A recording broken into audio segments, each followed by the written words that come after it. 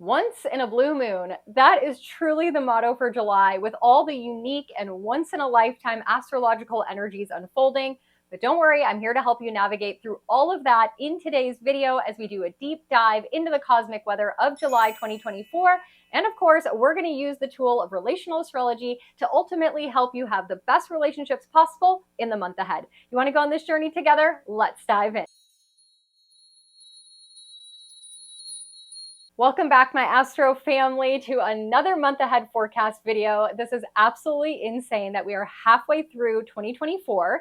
July is going to be a very meaty month where we are moving from the first half of the year into the second half of the year. If we are stuck and stagnant, if we are not on track, there are some transits and some energies this month that will really push us forward, whether we like it or not. So get ready for some change. Get ready to move forward in some big ways. We are also halfway between the eclipse portals, between the eclipse seasons of March and April and the next upcoming one in September and October. So this month will have us doing a lot of mid-year check-in, mid-year review, making sure we're still on track with our purpose, our mission, our destiny. And if we need some guidance or assistance, don't worry, the cosmos will definitely provide that. I have to stop and shout out over 200 of our new Astro family members. If you're one of those people, hi, welcome to my channel. Welcome to my cosmic corner of the internet, where we dive in and use the tool of astrology to ultimately help us have better relationships. Because when you understand the current cosmic weather and the influence of it on yourself, you can also understand how it may be impacting the people around you, and you will give them a lot more grace and patience. So you'll notice in my videos that I talk a lot about relationships and how relationships could be impacted based on the current cosmic weather. I hope you love this lens and perspective as much as we do here in the Astro family. We start out these videos with the overview. We're going to look at the month ahead in a general way, helping you understand the energy that you can anticipate, how to navigate the month ahead. We've got a lot going on, so we simplify it in the overview. After that, we go into my favorite part of my video, which is the top 5 transits I know as a relational astrologer will show up and impact us in our relationships. And I'm going to help you navigate those top 5 transits. After that, you want to go ahead and grab your birth chart. This portion of the video is the planet by planet breakdown, where we go through each planet, or what I consider each life coach, to understand what that specific planet is up to this month. I'll be giving you the degree points as well, so you can look in your birth chart to see if that planet will be impacting anything major within your birth chart, and also what areas of life, what houses that planet is transiting through for you. And we'll dive more into that in the rising sign forecast as well. Make sure that you listen for your primary life coach. When we get to the planet by planet breakdown, the first planet you want to pay most attention to is the planet that rules you. This is based on your rising sign. If you don't know what planet that is, let me pull up the chart right here. Make sure that planet you are paying special attention to.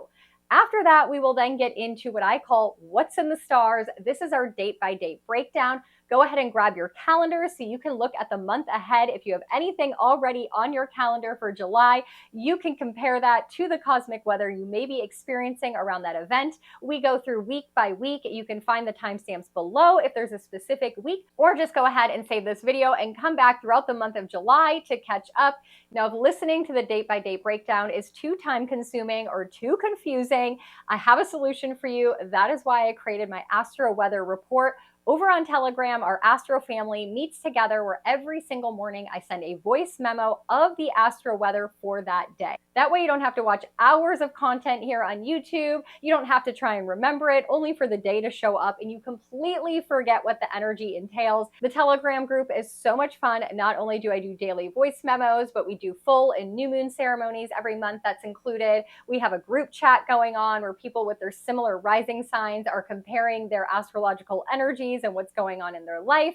We have channeled messages, guest speakers, and so much more. If you're a part of the Astro family here on YouTube, you get a free 7-day trial to join us over on Telegram and the daily Astro Weather Report channel. So I'd love to see you over there, connect with you deeper. Now, after we get done with our date by date breakdown in this video, we will go ahead and get into the rising sign forecast. And don't just skip ahead to your rising sign forecast. Make sure you have a good understanding of the overview of the month at least, and what top 5 transits may impact your relationships because other people around you are different rising signs. So you want to understand generally what is going on in the collective and the people around you to use the tool of astrology to navigate your life overall. So with all of that, let's go ahead and get into the overview. Like I mentioned, this month is a mid-year review, a mid-year check-in.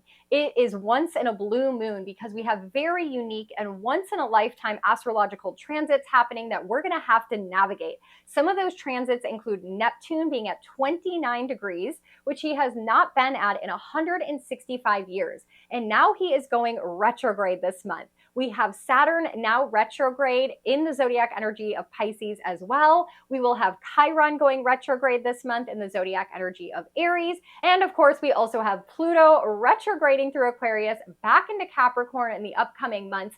These are 4 planets in retrograde by the end of July. So we're going to be navigating that energy, slowing down, reviewing, reflecting, learning lessons. Of course, if you have your 2024 Astrology Alchemy Journal, make sure you go to the retrograde pages and fill out your journal prompts. Don't forget any of these retrograde pages, you are meant to fill out those same exact journal prompts 3 separate times during the retrograde season. Meaning when that planet goes retrograde, fill out your journal prompts. Halfway in the middle of that planet's retrograde, fill out the exact same journal prompt again. And when that retrograde is over, you will fill out that journal prompt a 3rd and final time. The reason for that is retrogrades are reflection, lesson learning periods. And your final journal entry should show the growth or the lesson or the new perspective that you have from the first time you filled it out when that planet started its retrograde. That means you have worked with the cosmic weather, you've evolved as a soul, and you've moved forward towards your destiny. So by the end of July, 4 planets retrograde. Now, our key players this month end up being Pluto, Uranus, and Mars. And when we think of the energy of these 3 planets, they are here to move us forward, to create change, right? Uranus's motto as a life coach is choose change or I will choose it for you. Uranus is all about the future, moving forward, getting unstuck, and doing that sometimes in a sudden, shocking, surprising, breakthrough, revolutionary way.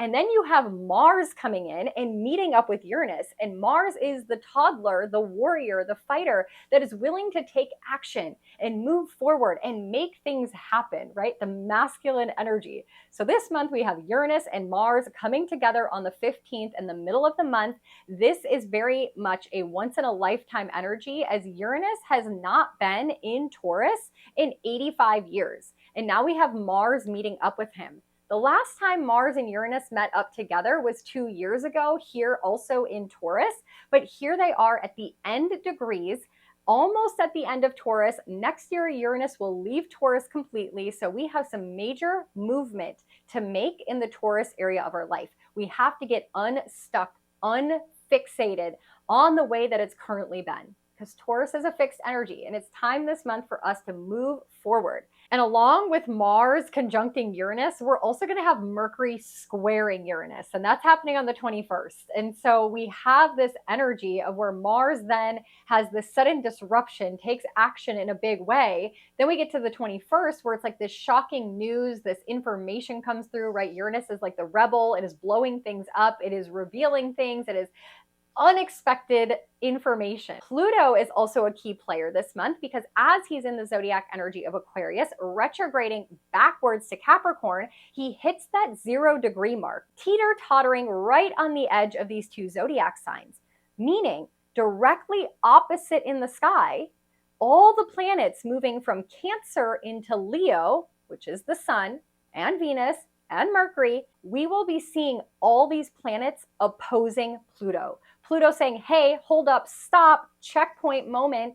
What needs to transform? What needs to break down? What needs to change? Where do we need to dive a little bit deeper and unearth something, to reveal something so that the truth can be told and our eyes can be open and then you can move forward?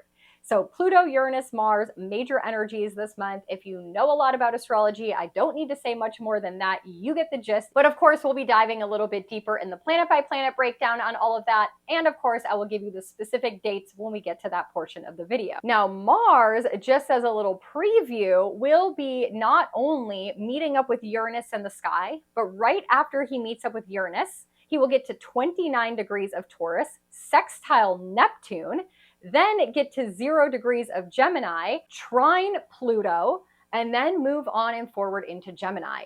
As he gets into Gemini, he'll be inching closer and closer to Jupiter. So Mars, being our masculine, making moves, taking action, is literally interacting this month with Uranus, Neptune, Pluto, and eventually Jupiter in August. So busy, busy energy. Mars in Gemini is going to have us taking action on multiple things, meeting up with multiple people. It's a very, very busy energy. Can definitely lead to some anxiety and anxiousness. So careful in your physical body. You don't want to get too overwhelmed with things. We'll dive more into that as well in just a moment. But overall, this energy with Mars in July can feel volatile. But ultimately, it's going to help us understand when something is enough. Like, enough is enough. I'm stronger than ever. I'm transforming in a big way. I'm moving in the direction that I desire, and I'm willing to do the work, and I'm not scared anymore. So this is a very empowering energy, but sometimes we have to go through that chaotic transformation in order to get on the other side. Now, our key days this month that we definitely want to pay attention to is going to be right at the beginning of the month, around the 4th and the 5th, as we have that new moon in Cancer. We have lots of astrological energies that are starting to pile up. Cancer sun season in full swing. So we are nurturing ourselves, nourishing ourselves, feeling our emotions, gaining emotional intelligence, understanding what makes us feel safe, diving into family and friends and people that align with us. So we're definitely creating a little tribe, and we're just going within to re-strengthen ourselves to get through the next season. Halfway through the month, when we get to the 15th, that is kind of when the shifting, the big hoorah happens with Mars and Uranus coming conjunct. Mars eventually moving into Gemini. We have the second full moon on the 21st. Definitely mark the 21st on your calendar, as we have 4 or 5 different aspects all at the same time at that full moon. It is the blue moon of the year, of course, once in a blue moon, very unique energy. And then after that, we enter into Leo sun season, bringing a lot of fire back into the sky. During Leo sun season, we have a lot of heated events. We are shining brighter. People are in their egos. People are wanting to lead. People are stepping into their power and their inner authority, their authenticity, showcasing and shining their talents. So this Cancer sun season at the beginning of the month is kind of this refreshing energy, this recharging energy. So I hope you tap into it. It's okay to feel like a hermit. It's okay to want to be at home. It's okay to be sensitive and feel your feelings and not want to go do things with a whole bunch of people, and just be with those few people, quantity over quality, and making sure that everything you do is in alignment of feeling good, of making you feel safe. And that is the compass at which you want to navigate the month ahead, at least until we get to the 22nd and Leo season starts to ramp up, right? When you have Mercury, who's all about messages, communication, sharing information, hearing, understanding, thinking, and Uranus is like blowing that up. It's like sudden unexpected news, or someone reveals a secret, or someone tells you something that changes the way that you think of them forever and ever moving forward. And it changes your life in a big way. And so what all that's unfolding then leads us to the 21st, where now Mars is going to trine Pluto, the transformation, having the power, taking back our control, moving forward. Mars in Gemini, which is like wanting options and being curious and wanting to socialize. And of course, having the sudden unexpected news from Mercury squaring Uranus.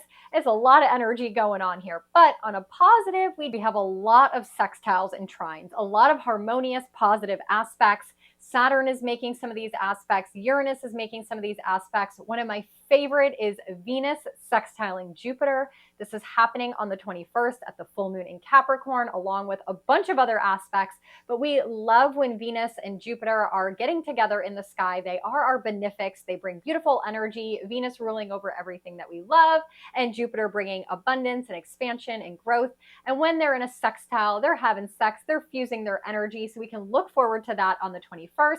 But overall, the month ahead, we do have this energy of change, of forcing us forward, of being flexible, of being adaptable, of understanding that we have to move forward in some capacity. Even if change is uncomfortable, it's necessary. And we're going to get that support from Mars, Uranus, and Pluto.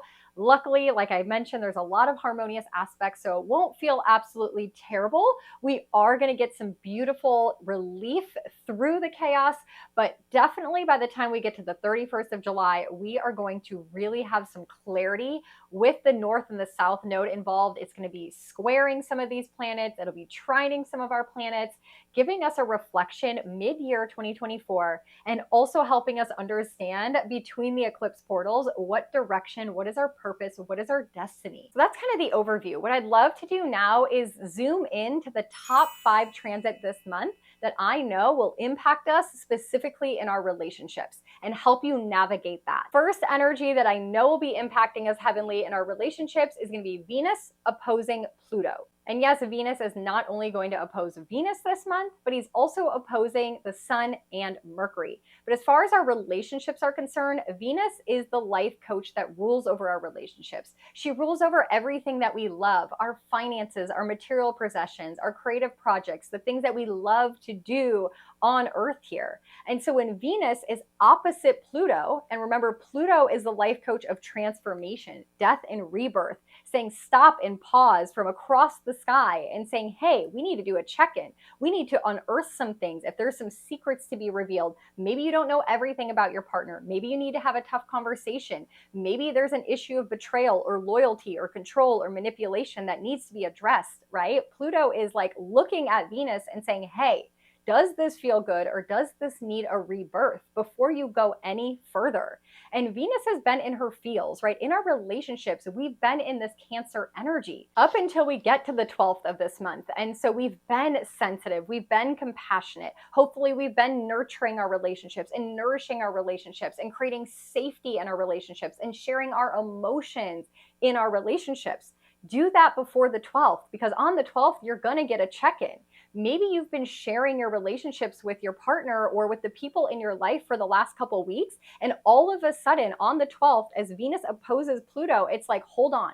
This person does not appreciate me. They don't care to hear me. They don't want to understand my emotions. They're not emotionally intelligent, and I need to transform this relationship. Maybe it needs to die so I can rebirth a new relationship with them or with somebody else. So be careful on the 12th with Venus opposing Pluto. This could really end relationships. This could create new dynamics in relationships. This could definitely highlight some things that have been hidden, secrets, those kind of issues. So definitely a transit this month we want to pay attention to. The second transit this month is majorly impacting our relationships because it's Mars, where Venus is our feminine, Mars is our masculine. Mars is how we take action. It's also our drive. It's our libido. It's our interest in doing things for other people, giving our energy to things.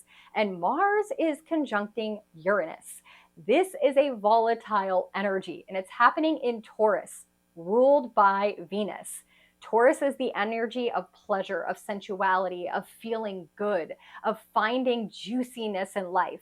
And Uranus has been shaking up this area, asking us, hey, you need to bring more pleasure into your life. What brings you pleasure? What makes you feel good? You know, Uranus also is sudden and unexpected, can bring breakthroughs, can bring revolutions, can bring change in a very quick way. And Mars is like, let's do it now. Let's take the action. So this energy can be very volatile, and it can be very quick decision-making, quick movement. This energy happens on the 15th. So if we piggyback off of Venus opposite Pluto, a secret revealed, an unexpected thing in your relationship shows up, you have the stop, check-in moment with Pluto. What has to die? What has to rebirth? What has to be unearthed? What do I now understand that I didn't before in my relationships on the 12th? On the 15th, Mars wants to act. Mars wants to act in a big and sudden revolutionary breakthrough way. So whatever you find out around the 12th, you could take an action and make a major decision that changes the future and trajectory of your life, specifically in relationships on the 15th. So definitely mark that week on your calendar. That is not the only 2 major astrological energies going on around that time, but they are very impactful on our relationships. Also, when we look at Mars and Uranus in a more broad spectrum way, understanding that Mars and Uranus in Taurus, Taurus rules Mother Nature. it rules the earth. So I'm just going to say it now here in this portion of the video, if you don't catch it anywhere else, that we could have some natural disasters. We could have some large, volatile, unexpected things happening when it comes to nature and the earth around this energy. So when we're talking about relationships, I don't just mean romantic. You guys know that if you've been here long enough. I mean the relationship we have with everyone and anything in our life. So make sure that you are respecting Mother Nature around the 15th. If there is a weather warning or there is something forecasted, I want you to respect Mother Nature, take it seriously, and do what you need to do, because this energy is coming in hot. Definitely around the middle of the month, no matter where you live. So pay attention to that. Third astrological energy this month that I know will impact our relationships is the fact that Neptune is now retrograde. Neptune started his retrograde right at the beginning of July on the 2nd. And Neptune is the planet of illusion, of fantasy, of wanting to have faith in someone, wanting to serve the underdog, of wanting to put people on a pedestal, of wanting to have that dream rom-com romance with someone, seeing the best in someone, wearing those rose-colored glasses, right? Except for when he goes retrograde. When Neptune goes retrograde, we rip those rose-colored glasses off. We have to face the truth. We have to see the reality. The person falls off the pedestal. We literally see the king turn back into the frog.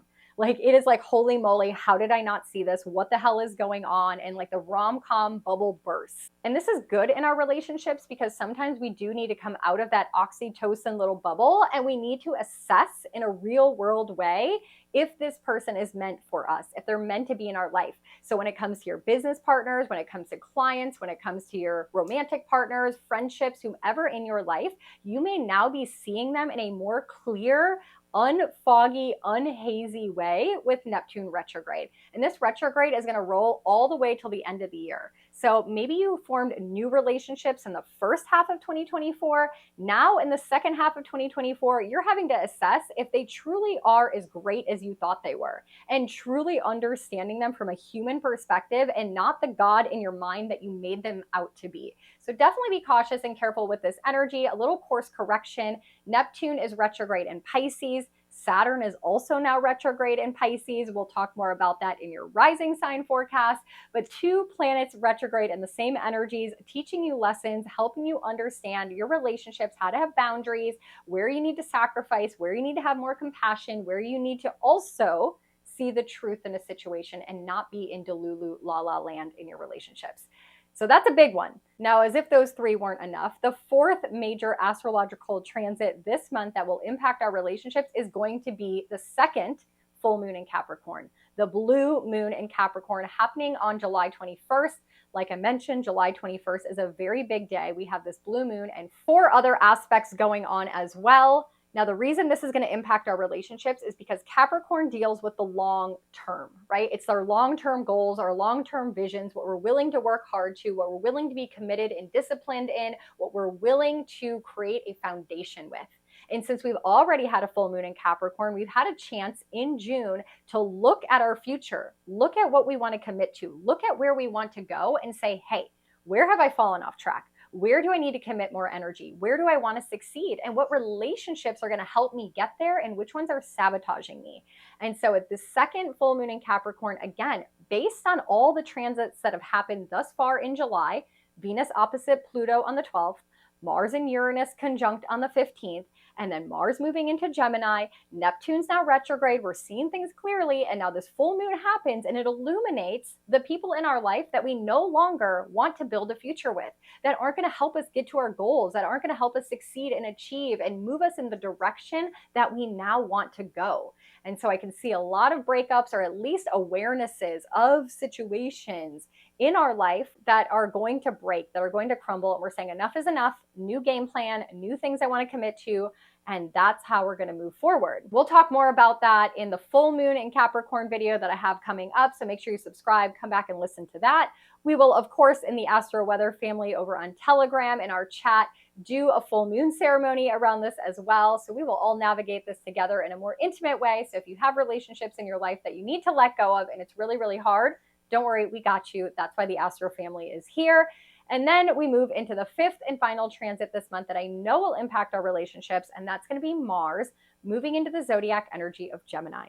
Now, this is something very interesting. And again, it happens after the full moon, after all the other transits that we just talked about. Mars is our masculine. It's our libido. It's our chi. It's what we're driving for. It's what we want in our life. And Gemini is the twins, and it's options. So it's like all of a sudden we let a relationship go because of everything that unfolded. And now we want to date multiple people. We want to date multiple business partners and find the right person for us. We now want new clients in different niches. Like all of a sudden, Mars in Gemini gets out there and it's like, I'm curious. I'm lighthearted. I don't want anything serious. The grass is greener on the other side. I'm looking forward to meeting new people. I want to connect with new people. I want options with new people. Mars in Gemini is a really fun, exciting energy when you first start dating someone, but long term, it usually doesn't go long term. So at least whatever happens in our relationships up to this point, Mars and Gemini is going to feel like a fresh new start. It's going to like make us more socially curious. It's going to help us see that the grass is greener on the other side. But if you are in a serious committed relationship, you definitely want to pay attention to this energy because you're going to feel like you get an itch that you can't scratch and you're like curious about other things. And maybe in your relationship that pans out where the two of you go do something together. You're curious of starting a new hobby together. You're curious of traveling together. Like you formulate new interests together to keep it interesting. And if you are single, it's going to be a great energy for you to get out there and meet people and have options. And as Mars goes into Gemini, he's going to trine Pluto. So where Pluto was opposite in breaking things in our relationship with Venus on the 12th, now around the 21st, 22nd, Mars is going to trine Pluto. And Pluto's like, hey, now go out there, go after it, right? Trines are harmonious. Now Pluto's giving us the power back and nudging us forward and saying, get out there, you got this, like move forward. So at least we have that support of Pluto after he helped us destroy some things. And of course, that can be not just relationships, it can be many areas of your life, depending on where this shows up in your birth chart. Now, as Mars moves through Gemini, he will inch closer and closer to Jupiter. So there is a blessing waiting for us. There's this major breakthrough, this expansion, this growth, this abundance, like something is waiting with Jupiter, and Mars is going to go fight for it and go grab it and take action on it. So lots of exciting energy, of course, Mars and Gemini impacting our relationships. So I know that was a lot right there. Let's go into the planet by planet breakdown. That's why I have my little board here. You guys know how we do. I'm going to go ahead and take all the planets off this board. We'll put them back on one by one. Grab your birth chart as I give you the degree points. And if you only listen to one planet, listen to your primary life coach. So let's get into it, planet by planet breakdown. Okay, there's so much to go through this month, so I'm going to try to keep it short, but be as detailed as possible. So follow along, take your notes. We always start out with the North and the South node. They are still in the zodiac energy of Aries and Libra. Fun fact, as we start out the month, the North and the South node are both at 11 degrees, so 11-11. We love our angel numbers. 11-11 is divine cosmic guidance, saying you are on track. So check in, especially because we have the sun squaring the nodes right at the beginning of the month. That is our mid-eclipse portal check-in. The sun will be at 11 degrees of Cancer, the North node at 11 degrees of Aries, and the South node at 11 degrees of Libra. So check your chart. Do you have any planets at 11 degrees of Aries, Libra, or Cancer? If you do, this is a very important mid-eclipse portal check-in. But for all of us, we need to look at Aries North node. Are you on track with your dreams, your goals, your desires? Are you focusing on yourself? Are you cleaning up your own backyard? Are you doing the things that you need to do for yourself first and foremost? Aries, main character energy. South node, Libra. We need to cut away, release, and let go of relationships that don't serve, of people pleasing, of caring of the opinions of others, moving away from things that don't serve us, and stepping more into our own independence and our own dreams and desires. And the sun is going to highlight that. The sun is going to square that, giving it some attention right at the beginning of the month on the 2nd. Let's talk about Chiron. We know that Chiron is our wounded healer. Chiron's going to reflect what needs to be healed. As he moves through the zodiac energy of Aries this month, he is gearing up for his retrograde. On July 26th, he will start moving backwards. And Chiron's retrograde is going to last all the way through the end of 2024 until December 29th.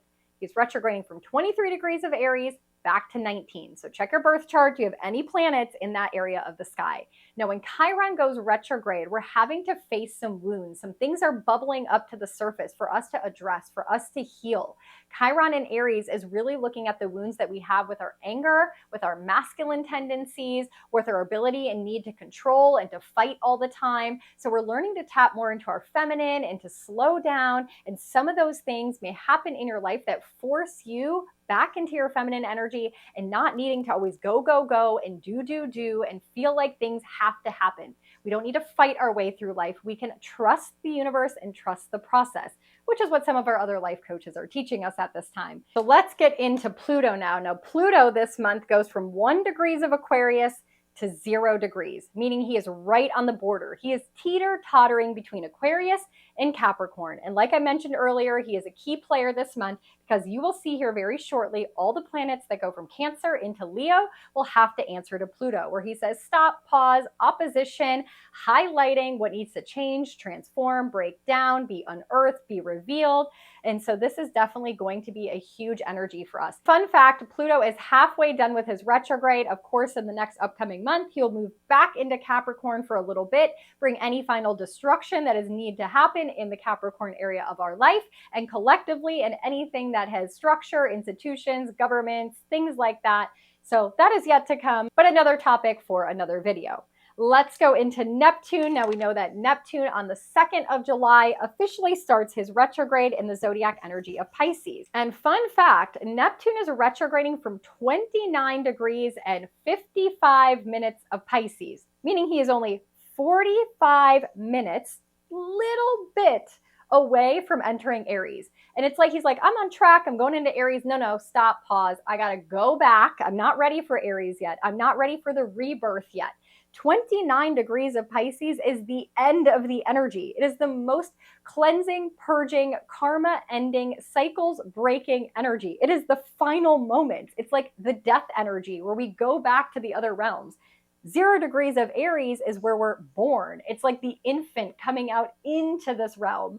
And so anytime a planet moves from 29 Pisces to 0 Aries, it is a complete rebirth. And Neptune's going to help us rebirth collectively because this energy has not happened in 165 years. Now, it's not happening yet because, like I mentioned, Neptune is only at 29 degrees and 55 minutes, and he's now going to retrograde back. He has been at 29 degrees since May, and he will be here all the way through the end of this month. So a long time to be parking at this area of the sky. Now, when he retrogrades, he'll be retrograde all the way through the end of the year, and then he will return back to 29 degrees of Pisces on March 4th. And at the end of March, around the eclipse, the final eclipse in the North Node in Aries, he will officially move into Aries at the end of March 2025. So just know that whatever's happening now, whatever you're reflecting on and going back over, remember Neptune takes the rose-colored glasses off, helps us to see things clearly, to see the truth, to reveal things, to clear the haze and the fog from our life. Whatever you're having to see clearly now, there's going to be an opportunity for you to come back and revisit it and make it magical again and make it beautiful again, because Neptune wants you to dream. Neptune wants you to make something larger than life, but sometimes you have to dust it off and see it clearly and say, is this really what I want? Is this really the relationship I want? Is this really the career that I want? Let me look at it instead of just saying it's great and saying it's fine. Like, is it really? And don't worry, when we get to March of 2025, we have the opportunity to make it magical or to cleanse it and purge it once and for all and start new in a big way. So that is yet to come. Now I could go on a whole tangent. We're going to dive way more into this in my upcoming Zoom, where I'm going to talk about the rest of 2024 and help us understand the upcoming energy of 2025. You have to be a part of the Astro family over on Telegram for that. So just come join us. Use the 7-day free trial. I'll see you there. We'll talk more about Neptune. But for now, let's dive into Uranus. We know that Uranus is a key player this month. Uranus is in the zodiac energy of Taurus. He is waiting on Mars. Mars is creeping closer and closer to him now that Mars is in Taurus. Uranus this month will move from 25 degrees of Taurus to 26 degrees. Very unique, once in a lifetime, as Uranus has not been at 26 degrees of Taurus in 85 years. And that's going to happen on the 8th, right at the beginning of the month. Now at 26 degrees is where Mars will catch up to him. So check your birth chart. Do you have anything around 26 degrees of Taurus? If you do, it's going to get that potent conjunction of Mars-Uranus on the 15th. So heads up on that. Then let's talk about our tough love dad, Saturn. Saturn, we know, is officially retrograde now, also in the zodiac energy of Pisces. He is retrograding from 19 degrees, and this month he will only make it back to 18, and he's going to end his retrograde at 12 degrees. Now, I have an entire video navigating the Saturn retrograde, so I'm not going to dive into it too deeply here in this video. Go check out that video. Go listen to your rising sign. I talk about all the lessons that we're meant to learn during Saturn's retrograde. But this month, Neptune and Saturn, both retrograde in Pisces, major lesson learning areas of our life. We'll talk a little bit more about that in our rising sign forecast in this video. But do know for the month of July, Saturn is making a lot of sextiles and trines to the other planets. So he is in support. He is helping move us forward. He's giving us a little tough love. He's saying, hey, we got to learn a lesson. We got to overcome an obstacle. We got to make a change. It's okay. Have faith, have trust, believe in the process, and everything's going to work out. So I do love that Saturn gives a lot of good aspects, positive momentum, positive energy to our other planets this month. And then, of course, we dive into Jupiter, my favorite planet. We love to know where Jupiter is at any given moment because Jupiter brings blessing, expansion, growth, prosperity. Love, love Jupiter. Jupiter, we know, is now in the zodiac energy of Gemini. He entered Gemini on May 25th, so he's been here for an entire month. He's getting settled in. This month, he will enter his pre-shadow phase, meaning when we also get to the 15th of the month, the 15th is a big day. Like I mentioned, our biggest days are going to be around the 5th at the new moon, the 21st at the full moon, and the 15th of the month. Big days. On the 15th, Jupiter reaches his pre-shadow phase in Gemini. So we want to look at 11 degrees of Gemini in our chart. On the 15th, Jupiter will get to that degree point. Now, from that moment forward, any blessings that we receive, any abundance, any growth, anything new, we may have to come back to, right? Jupiter retrograde allows us to come back and work with the opportunities we've been given. So anything that you're given between that point forward and when he officially begins his retrograde on October 9th, those are opportunities you may have to come back to. So anything before the 15th, if you expand, you grow, you get a blessing, you get an opportunity, you get some prosperity, something good happens to you, it's yours for the taking. Anything after that, until his retrograde begins, you might have to come back to it, work with it a little bit more to expand it and get more blessings out of it. Now let's talk about Mars. We've already kind of highlighted him in the overview, but I do want to do like a really good understanding of what Mars is up to this month. So he starts out the month at 15 degrees of Taurus, and he's going to inch his way through the first half of the month closer and closer to Uranus. On the 15th, he conjoins Uranus. And when that happens, we get this sudden, unexpected breakthrough, this volatility, like something snaps, something's got to move forward. Mars takes action in a big way, and Uranus is like, choose, change, yay, something new. Taurus is a fixed energy. We don't want to change it. It deals with the energy of pleasure and comfort and things that feel good. And so when we have that, it's like, well, why would we change it? Why would I want something different? This is good enough. It's comfortable. And this energy is like, nope, there's something bigger and better out there for you. Let's make a dramatic change. So pay attention. Then Mars is going to creep on forward. He's going to get out of this conjunction with Uranus. Now we're going to feel this energy not just on the 15th. There is this orb of influence that you could feel really, I would say, anywhere from about the 10th until probably the 20th, 21st, when Mars officially leaves the zodiac energy of Taurus and moves into Gemini. On the 20th, when he gets to 0/1 degrees of Gemini, he is going to trine Pluto. My Scorpio risings, if you are listening because Mars is your primary life coach, this is a big day for you because not only is Mars your ruling planet, but Pluto is as well. And anytime Mars and Pluto get together, we get this scorpionic energy in the sky. And Scorpio wants change. It wants to go deep. It's intense. It's emotional. It's primal. It's instinctual. It's like, we got to do something different. And Mars and Pluto on the 21st are in a harmonious aspect, a trine. It is supportive supportive for change. It is excitement. It is like, I'm going to run across the street even though there's a car coming because I love a sense of danger. Like, it's this energy of like, I love a challenge. I love a risk-taking behavior. I love doing something that is unconventional and taboo. So there's definitely that vibe on that day. And then once Mars officially is in Gemini, like I mentioned, he's going to inch closer and closer to Jupiter, expanding and blessing us in a big way, taking action on a blessing. We're receiving something from the lottery aspect that we had in April and doing something with it, finally moving forward, finally, when we get into August. So we'll talk more about that later. But big, big energy for Mars. Totally a star of the month for sure. And then Venus ruling over everything that we love. We love focusing on Venus here on this channel as a relational astrologer. Venus is also busy this month. She starts the month at 16 degrees of Cancer and she will move all the way to 23 degrees of Leo. So she's busy this month. Now, when she gets into Cancer on the 6th of July, she will square Chiron. Chiron in Aries. Squares are tension aspects. Squares force us to make decisions. Squares help us move forward because it brings something into our life that creates a decision that makes a change. And Venus is relationships, our finances, material possessions, things that we love. In Cancer, right? Based on our intuition and how it makes us feel and in support of our own nourishment and nurturing ourselves and loving ourselves and making sure we have safety and security in our life. And so a wound may come up, something that, irks us in a relationship, something that challenges our finances, something doesn't make us feel safe. And that comes up around the 6th of the month, and we have to make a new decision so that we feel safe again. So pay attention, especially in relationships at that time. And again, this is just going to cascade over to the 12th of the month where Venus moves through Cancer, enters into Leo, and opposes Pluto. So when we get to the 12th of the month, Venus moves into Leo and opposes Pluto. That's the day, like I said, that we could have a revelation, a secret come out, unexpected transfer of power. We take our power back in our relationships. There's definitely a death and rebirth cycle going on, feeling more invigorated to do something in our relationships. So pay attention on that day. Then Venus officially enters into Leo. We love this for relationships because Venus in Leo is dramatic. It is bold AF.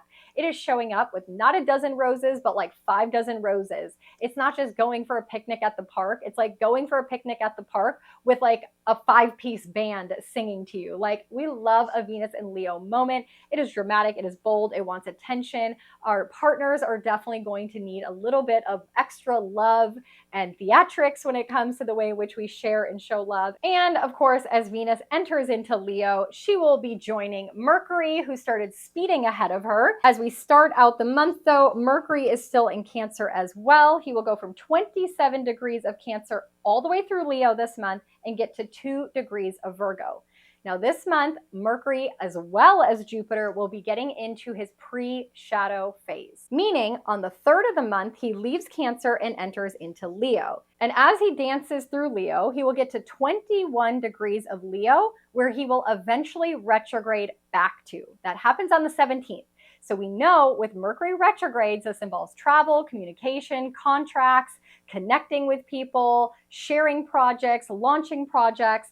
Anything after the 17th, we want to just recognize that Mercury will have to come back over it. We have to do a re-edit, a course correction, look at the contract again, fine-tune something. So if there's something you need to launch or something Mercury retrograde related, like booking travel, make sure you do it by the 17th, as he will start getting into his pre-shadow phase after that. Now, not only that, but like I mentioned, the 21st is a big day, right? We highlighted that already. On the 21st, Mercury squares Uranus. So not only is Uranus conjuncting Mars, but he's going to square Mercury. Now, Uranus brings change, right? Mercury brings revolution. We know the 21st is a big day that Mars is going to trine Pluto, and we've had all this relationship stuff going on. If you don't know what I'm talking about, go back to the portion of the video where I do the top 5 transits impacting our relationships. I break down the top 5 transits that are impacting us and kind of give you the play-by-play for the month ahead. good. When we get to this Mercury squaring Uranus energy on the 21st, it is like sudden news, shocking revelations. It's the day you break up with someone. It's the day that someone, tells you they want a divorce. It is like a secret comes out. There's like a gossip. There's a news story posted about you. Someone says something on social media about your relationship. Like, it is shocking, sudden, unexpected information. It is Leo, so it is bold. It is roaring loud. Everyone hears it. Everyone sees it. It is top of the headline news regarding relationships. And yeah, big energy. So pay attention to that. Mercury kind of ends the month with that. And then on the 25th, moves into the zodiac energy of Virgo. He only gets to 2 degrees of Virgo because when he gets to 4 degrees, he's going to start retrograding back. So in the month of August, Mercury will be retrograding for most of the month, going from Virgo back into Leo, going back over some of the conversations and themes and things that we had to clear up through the second half of July. So just be aware of that, especially if Mercury is your ruling planet, my Virgo and Gemini risings. You have another Mercury retrograde coming up. Now let's talk about the 2 lunations of the month. Again, I'm not going to deep dive too much into them because, of course, I will have a separate video on the new moon in Cancer and the full moon in Capricorn. But for the purpose of here and now in the planet by planet breakdown, let's first talk about that new moon in Cancer. The new moon in Cancer on the 5th, right after the 4th of July, is going to be an energy of a mid-eclipse season check-in. The sun will be around 11 degrees, and that is squaring the nodes. We mentioned that at the beginning of this planet by planet breakdown. So go listen to the timestamps for the North Node. But on that day, the moon will join up with this energy. And the moon is what's involved with the eclipses, right? When we talk about the eclipses, it's the sun and the moon and the North and the South Node. And so now with this square energy, we are halfway between the previous eclipse cycle when the sun and the moon were in Aries and the next eclipse cycle where the sun and the moon will be in Libra. So what came into your life during the eclipse season back in April? What changes? What rearranging? Where were you moved towards by the universe? And how far have you come? Have you implemented this into your life? Have you followed the guidance and the message, or are you still resisting? Where do you need to keep going on your path? Check in, because that next eclipse cycle is coming in hot, and it's going to break some patterns, and it's going to move some things, and it's going to unstick some things, whether you like it or not. So be in flow, be in support, and keep moving towards that energy. The other thing I love about the new moon in Cancer is that it's a double lunar energy. And the reason for that, and you follow my new and full moon videos, we always highlight the ruling planet of the moon, of the lunation. And when we have a new moon in Cancer, Cancer is ruled by the moon. And so it's a new moon, a new beginning. The sun is ruled by the moon. It is this energy of really following our intuition, being in our feminine. Cancer is about the mother. It's about nurturing and nourishing ourselves and just enjoying the calmness of the nostalgia, of the waves, of the coolness of our life. So I love a new moon in Cancer. And by the way, I'm a Cancer moon, so I just love Cancer sun season. I get all in my feels. And then, of course, let's talk about the full moon in Capricorn, our blue moon happening on the 21st. Like I mentioned, lots of energies going on around this time. We've got Mars trine Pluto. We got Mercury square Saturn. We have a couple harmonious aspects in the sky with Venus. We'll get more into that in the other video, but just know that is the point where we are going to release and let go once and for all. We have redetermined what we are committed to, how we need to get back on track, where we need to implement more discipline in our life, what do we want to succeed and achieve and work towards even harder. So lots of shifting of energy at that Capricorn full moon. And that full moon is happening at 29 degrees of Capricorn. So check your birth chart. Do you have any planets at 29 degrees of Capricorn or 29 degrees of Cancer? That full moon is going to highlight and illuminate those aspects or areas of your chart. And of course, the moon will be conjunct Pluto as Pluto is about to dance back into 29 degrees of Capricorn. He is minutes away. And so we're going to have a Pluto conjunction, and Pluto brings transformation. So that blue moon is really going to move us forward towards our goals, towards our dreams, towards our futures, of course, with the assistance of Uranus, whose motto is choose change, and Mars helping us move forward quicker than ever. So with all that, let's end it with the sun season. As we start out the month, we have the sun at 9 degrees of Cancer. The sun will move from 9 degrees of Cancer all the way to 8 degrees of Leo. So check your birth chart. Do you have anything in that area of this? The sun is going to shine a spotlight upon it, is going to highlight it. These areas of your life based on the houses that Cancer and Leo rules for you are areas of life that need your attention, that you have an opportunity to reinvigorate, that you can bring some heat and life and vitality to. So definitely know where that falls in your chart. When the sun is in Cancer, it's going to allow all of us to feel more feminine, to be more in flow, to feel our emotions, to be more intuitive, to be more sensitive. And then when the sun shifts into Leo, it is fire in the sky. The sun loves to be in Leo. The sun is the landlord of Leo. He is going home. We are shining brighter. We're being more dramatic. We are being bold. We're willing to take a risk. We tap into our true, authentic talents and creative projects. I love a good sun in Leo season. It is the peak of the summer where we are feeling ourselves. We are showing up. We're doing the most. We're full of confidence. I love this. This really is the energy of like hot girl summer. And that will lead us into August. So that was our planet by planet breakdown. Now let's switch gears. Let's move into the date by date breakdown. This is the portion of the video where you want to grab your calendar, grab your astrology journal where you can take some notes in here. Let's look at week by week what's in the stars, how you can navigate the upcoming energy in a very linear format. And again, if this is way too complicated for you or you want to just understand it on a day-by-day basis, that's why I have the Astro Weather Telegram channel where you just get a voice memo every day breaking down the weather for only that day. We can also be more descriptive. We can be way more in depth to help you understand and navigate that energy. In this video, I try to do the Cliff Notes version. So with that, I'm going to pull all the planets off. We are going to start at July 1st and work our way week by week to July 31st. Let's get into it. So we are kicking it off with the first week of July. This is going to be a wild jump start of the month.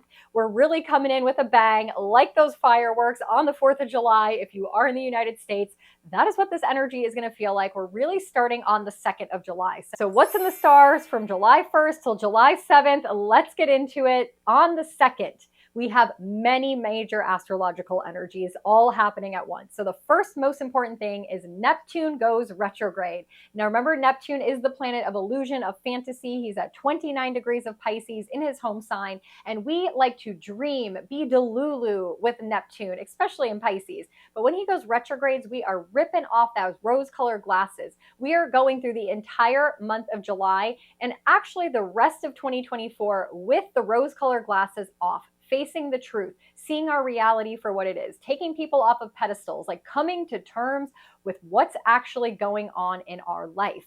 And so that is kickstarting the 2nd. Not only that, but we also have Mercury trining Neptune. Now, this is a supportive aspect where Mercury is our mind. And so our mind is tapped into this retrograde energy where it's like, I'm thinking this, I'm seeing this, I'm communicating this. We are listening to people speak and we're actually hearing what they say. We're not confusing our mind and being like, oh, they didn't mean that, or giving them the benefit of the doubt. Like, we are now seeing things in a different light. We are hearing what's actually being spoken. We are taking the glasses off and just seeing through the foggy confusion and haze. So that's a big energy. Also on the 2nd, the sun squares the nodes, the north node and the south node. Big, big day here because the sun is at 11 degrees of Cancer and the north node is at 11 degrees of Aries and the south node at 11 degrees of Libra. So 1111, 11 11s everywhere. Angel number giving us divine guidance, saying, hey, I'm here to support you, make a wish. And when the sun is square the nodes, we are halfway between the eclipse portals now. We are halfway between the spring eclipse season and the fall eclipse season. So now we are doing a check-in. What happened in your life around the eclipses? What came in eclipsed in and what got eclipsed out? And where do you need to still move forward? How are you rearranging the pieces of your life from what jolted and changed, what was fated and what was destined for you in the spring? And what are you preparing for in the fall? So big day here as well. And then the last thing is we have Venus, who's in the energy of Cancer, sextiling Saturn at 19 degrees.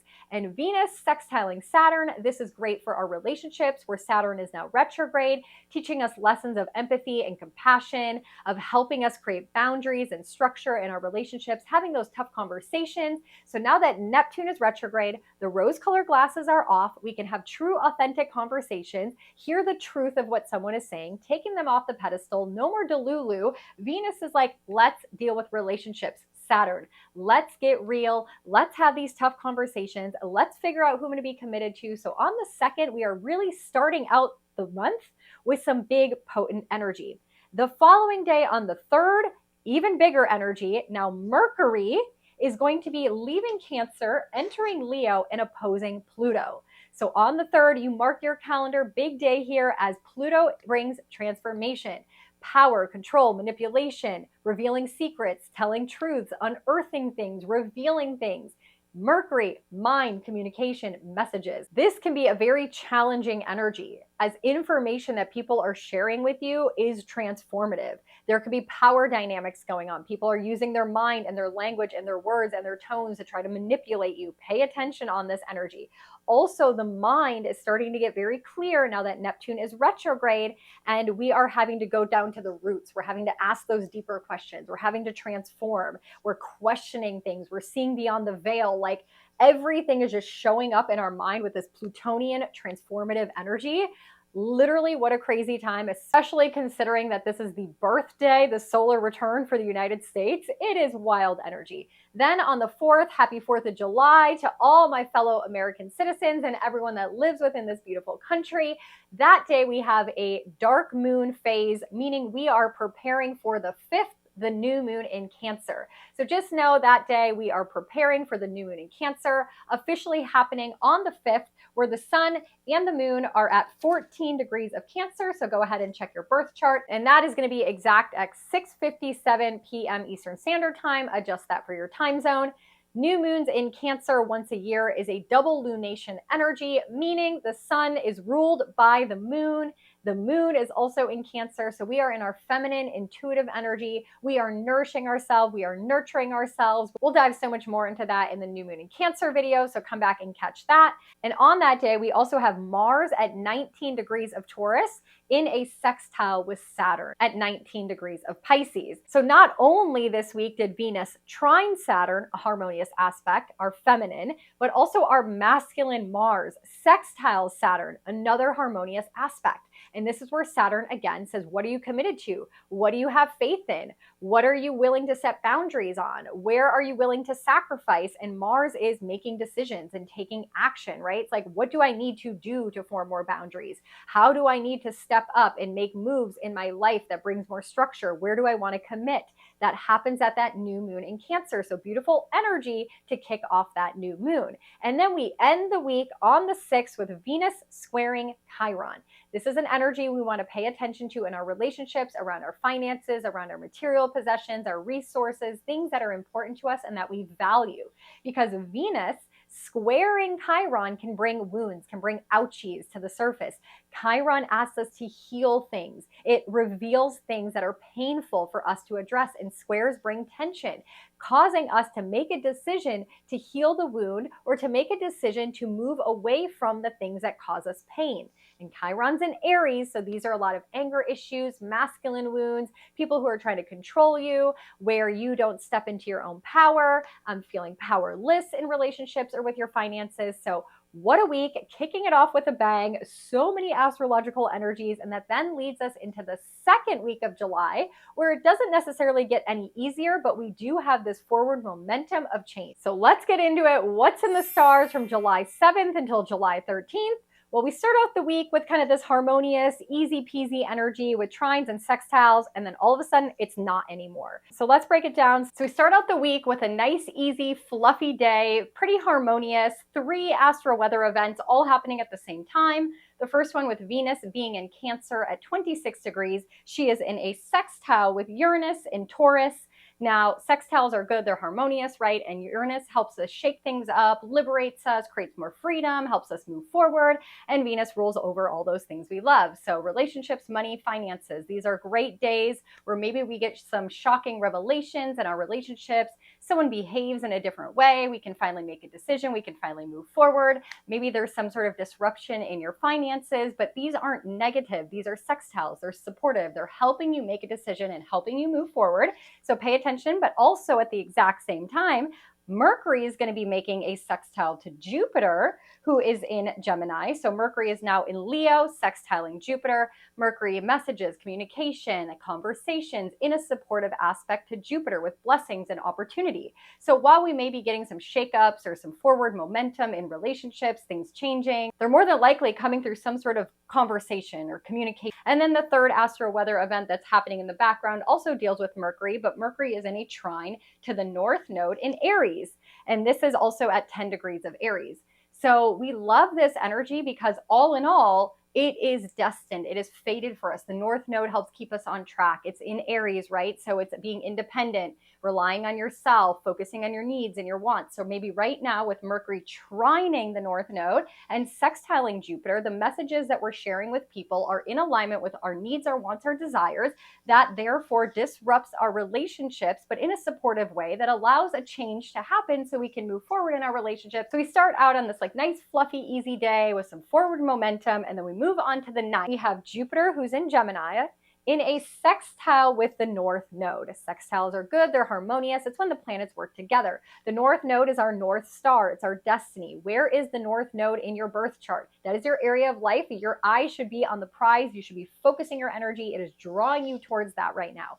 And Jupiter brings expansion, blessing, growth, and prosperity. And so this is a sextile energy that's saying, if you are focusing on your North Node in Aries, if you're giving that area of life attention, if you are following your path, Jupiter will bless it, will bring in some abundance. Now, this is great because remember last week the sun squared the North Node, and the sun highlights and illuminates and it shines a spotlight on and it helps us reflect how far we've come. So now you have an opportunity to do something about it and get the blessing of Jupiter.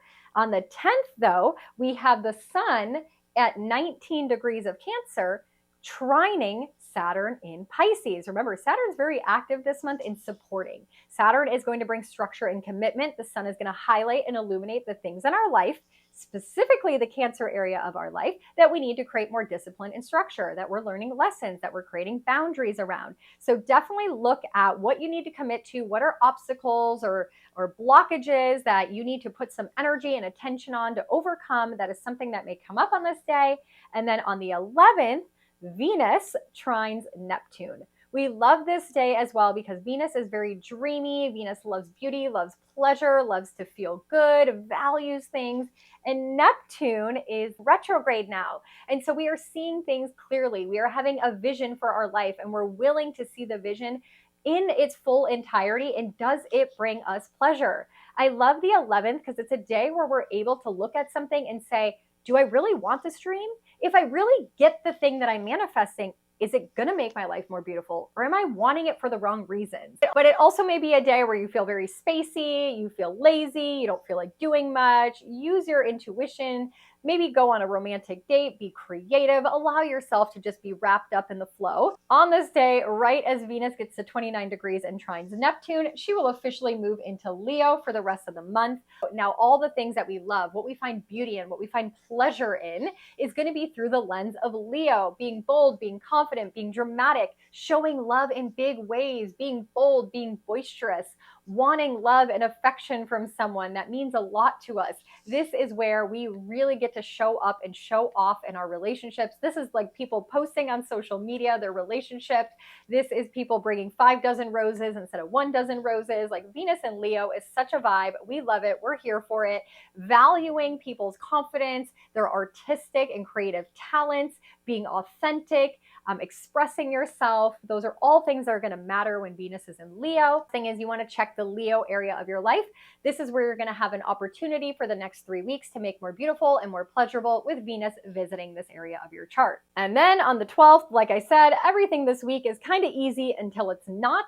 We get to the 12th, and of course, as Venus enters into Leo, she's going to oppose Pluto, a day to mark on your calendar because this is the day where your relationships take a turn. You might learn a secret. You might be sick and tired of the power struggles. You might have something revealed to you. You are wanting to go deep down into the nitty-gritty dirt of your relationship and see what's going on here. This is a big trigger moment. Pluto is like stop across the sky. This is like a full moon energy, right? Venus and Pluto opposite. Then we can see what needs to come to the surface. It can help us see what we truly value or we don't value. It's been brewing. This has been brewing, and now it's actually happening. So you're going to have a chance to act and liberate yourself from whatever is coming up. So if a secret's coming up, you realize you want to change your relationship, like something uncomfortable needs to die in a relationship, and like maybe you need to let that relationship go. Don't worry, you're going to have a chance to act on it in 3 days when Mars conjuncts Uranus. But just know this is very much like with Venus and Leo, drama queen energy. Something blows up. It's the spotlight of the news. Something big could be revealed. And this could be any relationship in your life, not necessarily romantic. So just pay attention. That's how we're ending this week and moving us into the third week where the kaboom happens, where the big trigger of Mars and Uranus. And we leave this week preparing for the full moon in Capricorn, the blue moon. So let's get into it. What's in the stars from July 14th until July 20th? Holy moly, this is the week to mark your books, clear your calendars, be prepared. We're doing the most. We're moving forward. Very volatile for relationships, finances. We are asking ourselves what feels beautiful, what needs to be revealed, where do we need to take some major action to get back on track. We start out the week on the 15th with the sun squaring Chiron. The sun is going to be at 23 degrees of Cancer, squaring Chiron in Aries. Remember, squares are tension points. We've already had Venus get the ouchies in our relationship, ouchies in our finances, ouchies with our material possessions as she squared Chiron at the beginning of the month. And now the sun is coming to highlight that once again, to shed some light on it, to illuminate it, to bring some heat and intensity to it and saying, this wound, this pain, this trauma, this trigger, specifically in the Aries area of your life, where you should be paying attention because the North Node is here, is going to come up and the sun is going to heat it up for you to square, make a decision, change course, do something big. This wound needs your attention. So we're starting out with that energy, but not only is that happening side by side at the exact same time, Mars runs into Uranus at 26 degrees of Taurus. This is big energy because Taurus is a fixed energy. We don't like to change this area of life. We tend to get stuck in this area of our life. And Taurus is about what brings us comfort, what brings us pleasure, what feels good. And now it's like, hey, this is, okay. It feels okay, but I really want it to feel good. And I need to do something big to change it. This is where we can take the action in a big way. Uranus is sudden, impulsive, unexpected breakthroughs, liberating yourself, taking the shackles off, like moving forward in an unexpected way. And Mars is the warrior. It's fighting, it's cutting, it's inflaming. It is moving through major awakening. This is a very challenging energy if you're not prepared for it. But if you're willing to be malleable and you're willing to be adaptable and you're willing to get uncomfortable with this whole energy, you're going to move through it in a big way. There is beautiful rainbows on the other side of this chaos. Now, this is a 2-year cycle where Mars and Uranus have not met up for 2 years. So what now needs to be broken? This is that energy of like wake up call, electrical storm, explosions, like the final breaking of the dam. This thing in the Taurus area of your life has needed a change. This is going to revisit what happened at the lottery aspect on 420. What happened then? What came into your life? What opportunity? What things were changing? What kind of blessings? Like what was coming in at the end of April? And then what were you building and trying to make more beautiful in May, in Taurus sun season? Now here's Mars ready to take action. Mars like, okay, we want this abundant thing. We want this opportunity. We want to move forward. And we know what brings us pleasure. And we know it's going to make life feel beautiful. But I guess we're going to have to get rid of all of this. And we're going to have to take action and do this uncomfortable thing in a big way so we can find the new version of what brings beauty and pleasure into our life. And this can be big, again, for finances, relationships, material possessions, your resources. Big hoorah energy, like it's on game time. Let's jolt forward. This is an energy where Taurus rules Mother Nature. Uranus brings earthquakes. It brings sudden unexpected things. Mars can bring inflammation, make it painful. So I want you to just be very careful with Mother Nature. We want to respect her at this time. There could be some very massive natural disasters that happen anywhere in the earth. Expect the unexpected. Even as an astrologer, we never know what Uranus is going to bring. It literally is like left field energy. So just, again, expect the unexpected, be willing to change, see that any change that happens is in your best interest by life coach Uranus, and it will lead you to rainbows on the other side. Not only that, but also on the 15th, the third astro weather event that's happening, Jupiter is going to get to 11 degrees of Gemini. This is his pre-shadow phase. So now from here all the way until October when he goes retrograde, he will come back to this point in the sky, and we need to be aware of any opportunities, any blessings, any beautiful things that come into our life after July 15th may have to be reviewed. We may have to come back to this opportunity. We may have to work harder on it. We may have to reflect on it to keep it growing and to keep it going. So anything that you've gained from Jupiter being in Gemini from May 25th until now the 15th, those are opportunities and blessings and growth that you just get to keep and you get to move forward. Anything from here until the retrograde, you might have to circle back. So just pay attention. Just know that Jupiter is officially in his pre-shadow phase. And then we move to the 17th where Mercury joins this pre-shadow energy. He is now at 21 degrees of Leo that he will also come retrograding back to. So at this point, we have Jupiter in a pre-shadow phase and Mercury in a pre-shadow phase. So after the 17th, we do want to be aware that we want to make any final travel plans before this day, anything mercurial like writing a contract, a conversation, a negotiation, anything mercurial, we may have to circle back from here all the way through his retrograde. Definitely something to pay attention to. On the 18th, the sun is now at 26 degrees of Cancer. He will sextile now Uranus in Taurus right after that big kaboom with Mars.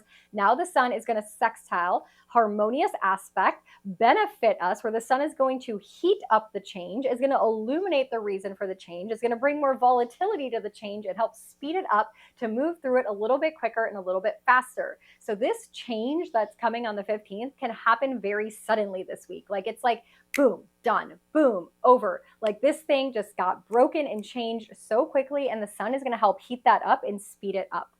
Also on the 18th, we're going to have Mercury in a trine with Chiron. We like this energy because trines are supportive. Chiron are wounds. Mercury is our mind. And so it's like, oh, well, I'm realizing that that relationship was not good for me. It caused me so much pain. My mind is now understanding, and I don't want to have that pain. And I'm seeing the wounds and I'm seeing the trauma, and we're understanding things now. We're understanding why things are unfolding and why things were so ouchy. So we kind of like this energy. Then on the 19th, Venus is going to trine the North Node. This is beautiful because trines, again, are supportive, and Venus is our relationships and all these things that got the ouchie from Chiron, that had to get the opposition to Pluto that got broken. And now we get this supportive aspect of the North Node that's saying move forward. There is fated, destined things. So at this time on the 19th, a fated, destined relationship or financial situation or something could benefit you, could accelerate you, could have you feeling hopeful, giving you direction and purpose and moving forward. And then we get to the 20th, we get to the end of the week, preparing us for that full moon in Capricorn. And we have Mars now at 29 degrees of Taurus, and he will sextile Neptune. Sextiles are supportive aspects. We don't mind this at all. Remember, Neptune is retrograde, so the rose-colored glasses are off. We are seeing things clearly. Mars is like, okay, now that we see things clearly, now that we're not delulu and living in la la land, we can take action based on the truth. We can take action on what we really desire, our dreams, our visions. Like, we can move forward now. So this is a beautiful energy. And then officially later that day, Mars will move into the zodiac energy of Gemini. A total shifting of energy as Mars moves into Gemini at the end of this week. Now Mars is wanting to take action in the Gemini area of your life.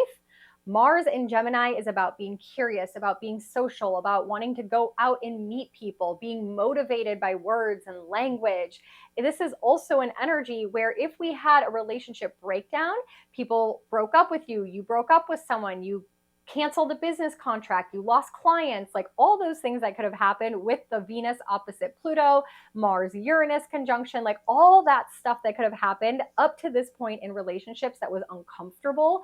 Now Mars and Gemini wanting to go out, give our energy to people, being curious, meeting new people, socializing and networking, you now could feel this energy of like, maybe the grass is greener on the other side.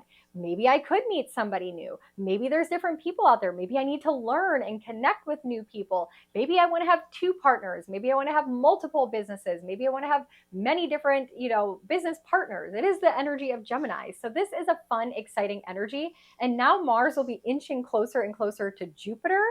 Very different than him meeting up with Uranus, because Jupiter expands, blesses, brings prosperity, brings opportunity, and Mars is going to help us take action on those things. So definitely something to pay attention to. Now, as we end this week, we are gearing up for that full moon, that blue moon happening next week. So that leads us then into the final week. Very, very busy. Lots of astrological weather flying everywhere for that full moon. So let's get into that. What's in the stars from July 21st all the way through the end of the month. We are just going to break it all down because it all piles up together. Starting out with the 21st, buckle up. We got a lot to talk about. Of course, we have the full moon in Capricorn. This is our blue moon, the second full moon during the Cancer Sun season. The last one was on June 21st. Now this one is on July 21st at 29 degrees of Capricorn. Now, as we have the full moon here, it is going to be conjunct Pluto, and Pluto brings transformation, right? Pluto is death and rebirth, unearthing things, revealing things.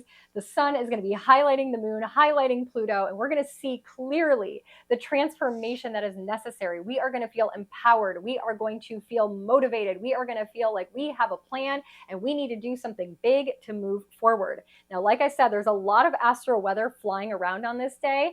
Along with this, now that Mars is in Gemini, Mars is also going to be trining Pluto. So not only is the moon conjunct Pluto, but it's trining Mars, and trines are supportive. So Mars like, all right, now we know this unexpected information, Mercury square Saturn. We have this revelation. We know what has to die off. We have these secrets revealed. What are we going to do about it? Mars trining Pluto. What are we going to do about it? It's time to move forward. It's time to take action. It's trying to move forward. And I'm in Gemini, so I want to be curious. I want to see what's on the other side of the fence. I'm willing to meet more people. I'm willing to be social. I love this energy. This is very supportive. One of the other major things is Mercury is going to be in a square with Uranus. So Pluto's involved at this full moon, the blue moon, and Uranus is heavily involved. And Mercury is our mind, messages, communication. Some information could come through, or we could be sharing massive information with someone that changes our future. Uranus moves us forward. It breaks things. It creates revolution. It liberates us. So now we finally just tell someone it's over, or we hear this news and it changes the way that we think forever about a person or a scenario. It illuminates and highlights our future, Capricorn, what we want to move towards, what we want to commit to. By the end of this full moon, we're going to have a lot of clarity of what is worthy of our attention. What are our goals? What are we willing to commit to? How are we needing more discipline in our life? And a lot of that's going to come through some of the information we're receiving with Mercury square Uranus. Now, on this day as well, we have the sun trining Neptune. Remember, Neptune's retrograde, so we're seeing clearly. Rose-colored glasses are off. Nobody's on a pedestal anymore, and the sun is going to highlight and illuminate the vision, where we need to have faith, where we need to trust, where we need to believe that something is happening for us, that all this stuff that is happening around us is meant for us, and having faith to trust that process. Because the other major astrological weather that's happening on this day as well is that we have Venus in a sextile with Jupiter. And we love this, because it means that no matter what's happening around us, no matter the chaos, our benefic planets are having sex, saying everything's going to be all right. Everything's going to be all right. Venus ruling over everything that we love and value, and Jupiter bringing blessing and abundance and growth to that. And so it's like, you know what? All this fell apart. This shocking news, this revelation, this unexpected thing, the highlighting of the full moon with Pluto, death and rebirth, the secrets are revealed. And yet I feel like this is all meant to be. And I have faith. And this is going to bring more beautiful, more beneficial things into my life around relationships and finances and my material possessions and the things that I value that makes my life feel absolutely beautiful. It's going to get better from here. But I had to go through all of this to get to where I need to be. So it can feel destabilizing. It can feel combustible. It can feel surprising. It can feel intense. But you're going to walk away from this full moon and walk forward being like, I feel okay about it. So that's really how we kick off the week. I mean, like, holy moly, what a week. And then right after that, on the next day, the 22nd, the sun is going to move into Leo. Hello, sun season of Leo. Happy birthday, all my Leo suns. The sun is at home in Leo. So now this is the hot girl summer vibes. We are feeling good. We are feeling ourselves. We're feeling confident. We're feeling bold. We're willing to take a risk. You know, like when the sun in the sky is out, you feel like anything is possible. You want to go out and live life. That is this energy. So do things to the most, showcase your talents, dress up a little, get bold, go do the things on the Leo bucket list that I post over on TikTok. You also have your Leo bucket list items in your Astrology Alchemy journal. Make sure you add some of those to your calendar during Leo's sun season. Then we get to the 23rd. As soon as the sun moves into Leo, right, it's going to do what? It's going to oppose Pluto. So it's going to highlight and illuminate what truly needs to let go, what needs to die off. It's going to highlight any kind of control that people have over you, any kind of power struggles, or, you know, where people are not being loyal. It's going to reveal things. I mean, this is really the final moment on the 23rd where it's like, either it's meant to be or it's not. At this point, you're going to see it all. You're going to unearth some things. You're going to open up the closets, look at the skeletons in them. Like, it's like all the truth comes out at this point. And then on the 25th, as the sun moves through Leo, it's going to sextile Mars. Again, the sun heating things up. Mars trying to take some action, trying to move forward in a new energy. Then on the 25th, Mercury is going to move into his home sign of Virgo, but he doesn't make it very far because once he gets to 4 degrees of Virgo at the beginning of August, he's going to start retrograding back through Leo. So just know, Mercury in his home sign, we are very cerebral, we are very mercurial, we're thinking, we're organizing, we're understanding, we are getting details, we are trying to make sense of everything. But like I said, very short lasting because Mercury needs to come back to Leo. Then we get to the 26th as we are slowly wrapping up this week. On that day, Chiron goes retrograde. And when Chiron goes retrograde, our lessons are around the wounds that we've been repressing, that we've been shoving down. And Chiron's like, well, I guess we got to go back to that wound. We got to go back to that ouchie. Like, did you learn the lesson or are you healed? During Chiron's retrograde, the same situation that used to cause us pain can happen again in a different way. And then we discover if we've actually healed the wound or not. Think of it this way. You may have a wound in relationships and you think you've healed it, but you've been single for a really long time. So you don't actually know if you've healed that wound until you get into your next relationship and that situation plays out again with a different person in a different way. And when it comes up again, does it still make you feel the same way? Does it still trigger you? That's what happens during a Chiron retrograde. And Chiron's going to be retrograde all the way through the rest of 2024 until December 29th. And so this is the opportunity where pain points are going to come back up that happened during the first half of the year. Let's just see if you react different, if you've healed the wound, soothed the irritation in some capacity. Then as we end the week, as we wrap up the 5th and final week of July on the 30th, Venus is going to trine Chiron. Venus and Chiron in a trine, supportive aspect. We've come really far since the beginning of July, where Venus was square Chiron. The wounds, the ouchies at the beginning of July on the 2nd, are now at the end of the month in a trine where it's like, gosh, I'm so glad that painful thing happened because now it's illuminated what I needed to heal. And now I feel stronger. I feel more stable. I feel more confident. Venus in Leo. And so this is kind of that reminder of like, I needed to go through that pain to get stronger. And then at the end of the month, the final day, the sun is going to trine the North Node. Again, we've come so far since the beginning of the month. Remember, on the 2nd, the sun was in a square to the nodes. That was our mid-year check-in, our mid-eclipse portal energy check-in, where we had to understand if we were still on track with our North Node in Aries, being our main character, doing what we want, what we desire, standing up for ourselves, cleaning up our own backyard. And now at the last day of July, we get a trine, a harmonious aspect, highlighting and illuminate all the things that happened this month that put us back on our path, that made us step back into our main character energy, that had us stopping our people pleasing, stop caring about the opinions of others, releasing toxic, negative people out of our life so we can move forward towards our own destiny. And that's how we're wrapping up July. So much happening between the 1st and the 31st. Energy that propels us forward in a big way. back on track with our destiny. So what a beautiful way to leave the month of July as we move into August. August is going to bring us lots of different blessings, opportunities. We've got some major T-squares in the sky, the new moon in Leo, the full moon in Aquarius, Uranus going retrograde, a Mercury retrograde. So any travel plans you have in August, just be prepared. There's a Mercury retrograde influence in Virgo, his home sign, and Leo.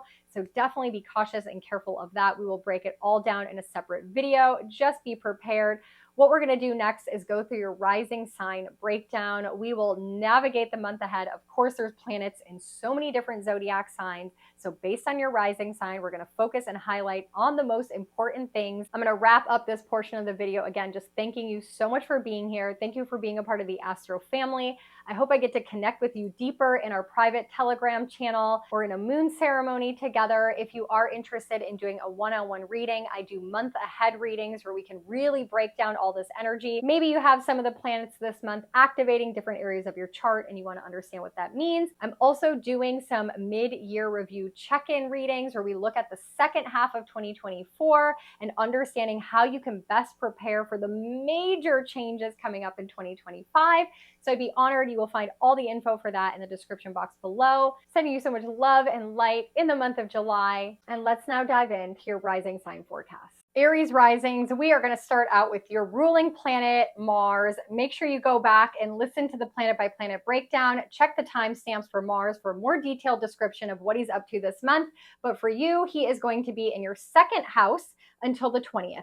Once we get to the 20th of the month, he is moving into the zodiac energy of Gemini, which is your third house. So ultimately, between the 1st of July and the 20th, you are going to want to take action, make decisions around your second house, your money financial house.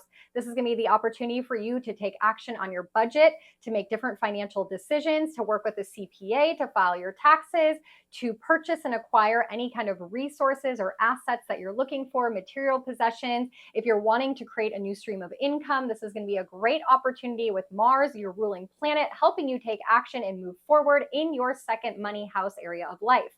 When we get to the 20th, though, Mars, your ruling planet, is going to move into Gemini, your third house. So this is going to be the area of life of your siblings, of traveling, of connecting, of networking, of socializing, of teaching, of educating, of learning something.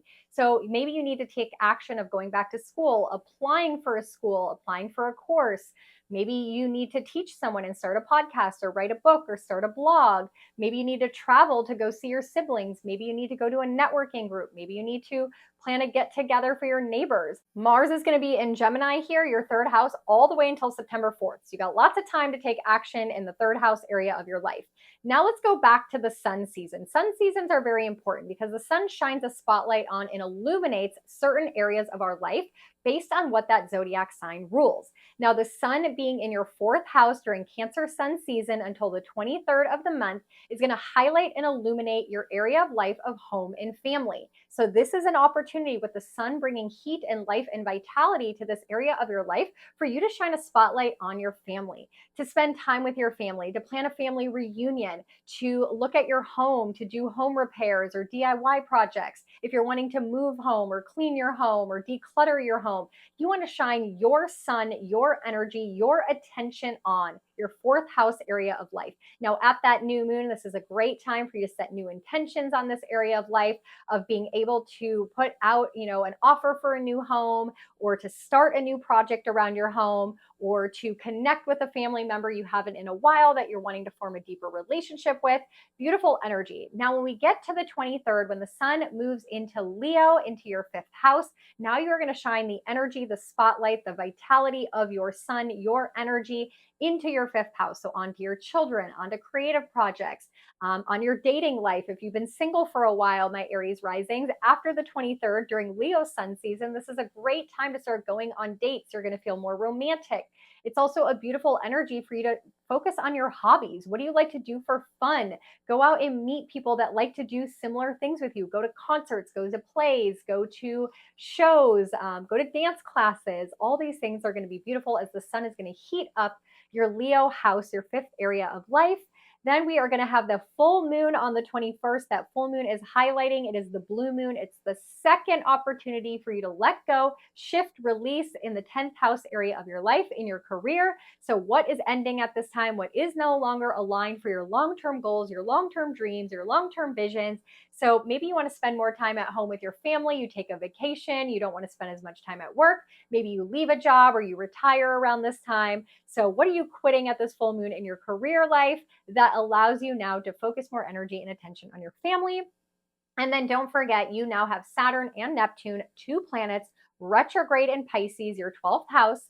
Go watch my Saturn retrograde video. I'll also have one up for Neptune's retrograde. But just knowing you have two planets teaching you lessons in your mental health, your energetic health, your spiritual health house. So definitely look at your limiting beliefs, look at your energetic body, look at your habits and your routines. How are you sabotaging yourself? You need to be stepping into these lessons. Go learn more about that in my Saturn retrograde video. So I'm going to send you so much love and light, my Aries risings. If you need any help navigating this energy, I'm here for you. The links to my booking is in the description box below.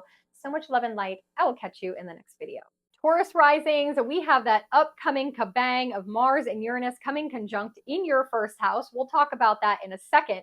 But for now, let's talk about your ruling planet, Venus. What is Venus up to this month? As she is your primary life coach, teaching you lessons, helping you make your life more beautiful and more pleasurable. She is starting out the month in your third house, Cancer, and she is helping you make more beautiful your language, your mindset. What are you learning about? Who are you connecting with?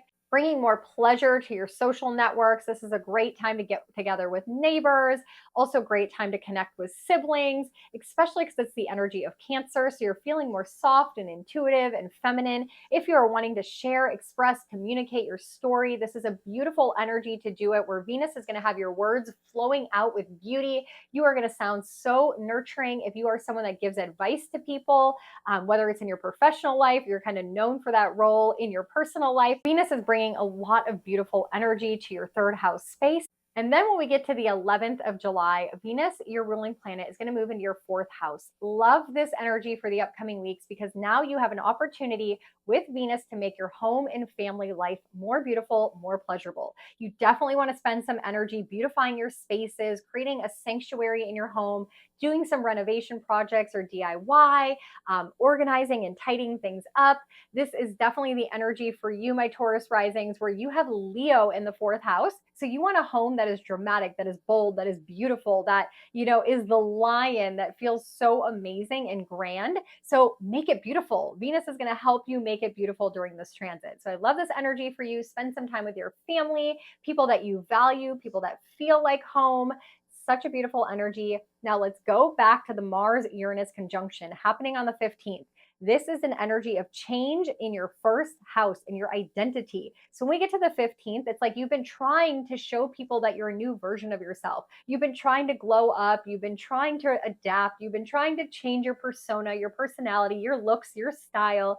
And now this is the time where you really take action. You show people that you're a different version of yourself. You change your social media platforms. You change your name on social media. You change your appearance. You get that haircut that you've finally been meaning to get. You go from brunette to blonde. Like, you do something big and dramatic that seems to be out of left field for other people. And they're like, whoa, what did you just do? And you're like, I've been wanting to do this for so long, and I finally took action on it. So I love this energy. It's going to change your identity. It's going to help you level up and glow up in a big way. No one's going to see it coming. Maybe not even you, my Taurus risings. And then let's kind of wrap up with the sun seasons. The sun is going to shine a spotlight on. It's going to highlight. It's going to illuminate your third house as we start out July in Cancer Sun season. So this is an opportunity to shed some light upon the stories that you're telling, the way in which you're communicating with people. What are you learning? Are you listening to podcasts? A beautiful energy for you to expand your mind, to learn new things. The new moon is a great energy for you to launch a project, to share something, to start, a podcast of some sort, to become a teacher or a mentor to someone. The new moon is going to be a great opportunity to connect with siblings, to book travel plans, to connect with new people. So have a neighborhood block party around this time. Beautiful energy. When we get to the 23rd of the month and the sun moves into the zodiac energy of Leo, this is your fourth house. And so the sun is going to highlight, illuminate, and shed a spotlight on your home and your family. Use the sun's energy to bring more vitality, focus on this area of life, spend more time at home. Again, go back to those DIY projects and ways to beautify your spaces, as you're going to have Venus here and the sun here. So beautiful energy. Remember, we have the full moon on the 21st, and that full moon is your second full moon in Capricorn in your ninth house. It is the blue moon energy. It is the energy of finally releasing and letting go of something and acknowledging that you're no longer committed to it. You no longer want to keep it for your future vision, your future plans. In your ninth house, this could be ending of a legal matter of some sort. This could be you checking something off your bucket list or planning that ultimate trip that you've been wanting to for a really long time. It's a final energy. Maybe you're wrapping up, a higher education program or time with a mentor of some sort. There's some sort of major ending that is necessary in your ninth house space. And lastly, don't forget, you have Neptune and Saturn now retrograde in your 11th house, Pisces ruled area of life. Now you go watch my Saturn retrograde video where I break down way more in depth what lessons you should be learning through this retrograde, but just know that this is an area of life where you're having to reflect, go back over, create more boundaries and more structure. You're seeing people more clearly. Neptune took those rose-colored glasses off. You're looking at your friends, you're looking at your future, you're looking at your community, you're looking at your tribe and saying, who's for me, who's not for me, and who do I need to create some boundaries with? So make sure you go check out the other parts of my video. Go watch the timestamp for Venus, your primary life coach, to have a better understanding in depth what she's up to this month. And if you need more help on a personal level, I'd be honored to do that with you. Check out the details in the description box below on how to book with me. I'm gonna send you so much love and light. I'll catch you in the next video. Gemini risings, a lot going on for you this month as Mars moves into your first house, so really helping you take action on who you are, your persona, your identity, changing your wardrobe, changing your looks in some way. We'll get to that in a moment, but let's start out with your ruling planet, Mercury. Mercury this month is moving from Cancer into Leo into Virgo, very active and gearing up for his retrograde. So next month, my Gemini risings, your ruling planet is going to be retrograde. That is totally going to affect you. Now, right at the beginning of the month, your ruling planet on the 2nd will jump into Leo. This is your 3rd house. So from the 2nd all the way until the 25th, your mind is going to be in this area of life that rules your mind. Mercury loves to be in this area of the sky. This is an opportunity for you to really put your mind towards what you need to learn, gathering details, gathering information, asking questions to people, socializing with people, calling your siblings, talking to neighbors, listening to podcasts, signing up for a course, like a beautiful time for you to expand your mind, as Leo is an energy of fire, of curiosity, of creativity. So beautiful energy. Learn a lot of things this month. And then on the 25th, your ruling planet will go into the 4th house. This is your area of home and family, remembering that he's only going to be here for a short amount of time. So whatever conversations or information you're having to learn about your house, maybe it's projects in your house, selling your house, anything around the home life, real estate and property, you're going to have to circle back because Mercury is going to retrograde and he'll come back into Virgo for a longer stint when we get into September. But just know that that is coming up. Now let's go back to the sun. We know that the sun shines a spotlight on it, heats up, it brings life and vitality to a certain area of our life depending on that sun season and what that energy rules for us. So the sun in Cancer is ruling your 2nd house. So until we get to the 23rd, it is Cancer sun season. I want you to shine a spotlight on, focus your energy, focus your sun, your attention on your money area of life, your income, your budgets, your material possessions, highlighting and reviewing these aspects and areas of your life. If you need to bring it some heat, some life, some vitality, boost it up a little bit. Focus on this area of life. That new moon is your money moon of the year. So you have an opportunity to set a new intention around your income, to acquire an asset or resource of some sort. Set a financial intention. It's going to be absolutely beautiful for you at this time. You could be getting a new job as well. So definitely love this energy. Now, when the sun moves into Leo on the 23rd of the month, it is going to illuminate and highlight your 3rd house. So now your attention should be on learning, on communicating, on connecting. A beautiful energy for you to book some travel to a local city or somewhere in a neighboring state to go visit family or siblings of some sort, connect with a networking group, start a mastermind, teach someone something, start a blog. The sun is going to heat up your 3rd area of life, your mental area of life. So lots of learning is possible for you during Leo's sun season. And because Leo rules this area of life, you need to shine, you need to radiate, you need to roar, you need to share your message. You're meant to be a leader and a mentor in some capacity, my Gemini risings. And then also we have the full moon in Capricorn. That is the blue moon, the 2nd opportunity for you to release and let go in your 8th house area of life. That is going to be your second full moon, your money moon of the year. So what is something you're letting go financially when it comes to joint assets, joint finances? This could be the culmination point on an inheritance that you got maybe before that you're now doing something with that money. This could be a debt that you pay off. Maybe there's a loan that you pay off. Maybe there is something that is coming to a highlight and ending in your sex life, in your intimate life, in your connection with someone else romantically. So lots of big things. That blue moon is a big one, but you just now know what you're willing to put energy and commitment towards and what you're not in the 8th house area of your life. And then, of course, we're going to wrap it up. You have 2 planets retrograding in Pisces, Saturn and Neptune in your 10th house area of life. So lessons to learn, understanding boundaries in this area of life, figuring out what you want to commit to in your career life for the next 30 years. Go watch my Saturn retrograde video where I break it down way more in depth. I'll also have a video for Neptune's retrograde helping you navigate this energy. Just be aware there's lessons to learn right now in your 10th house, your career house area of life, my Gemini risings.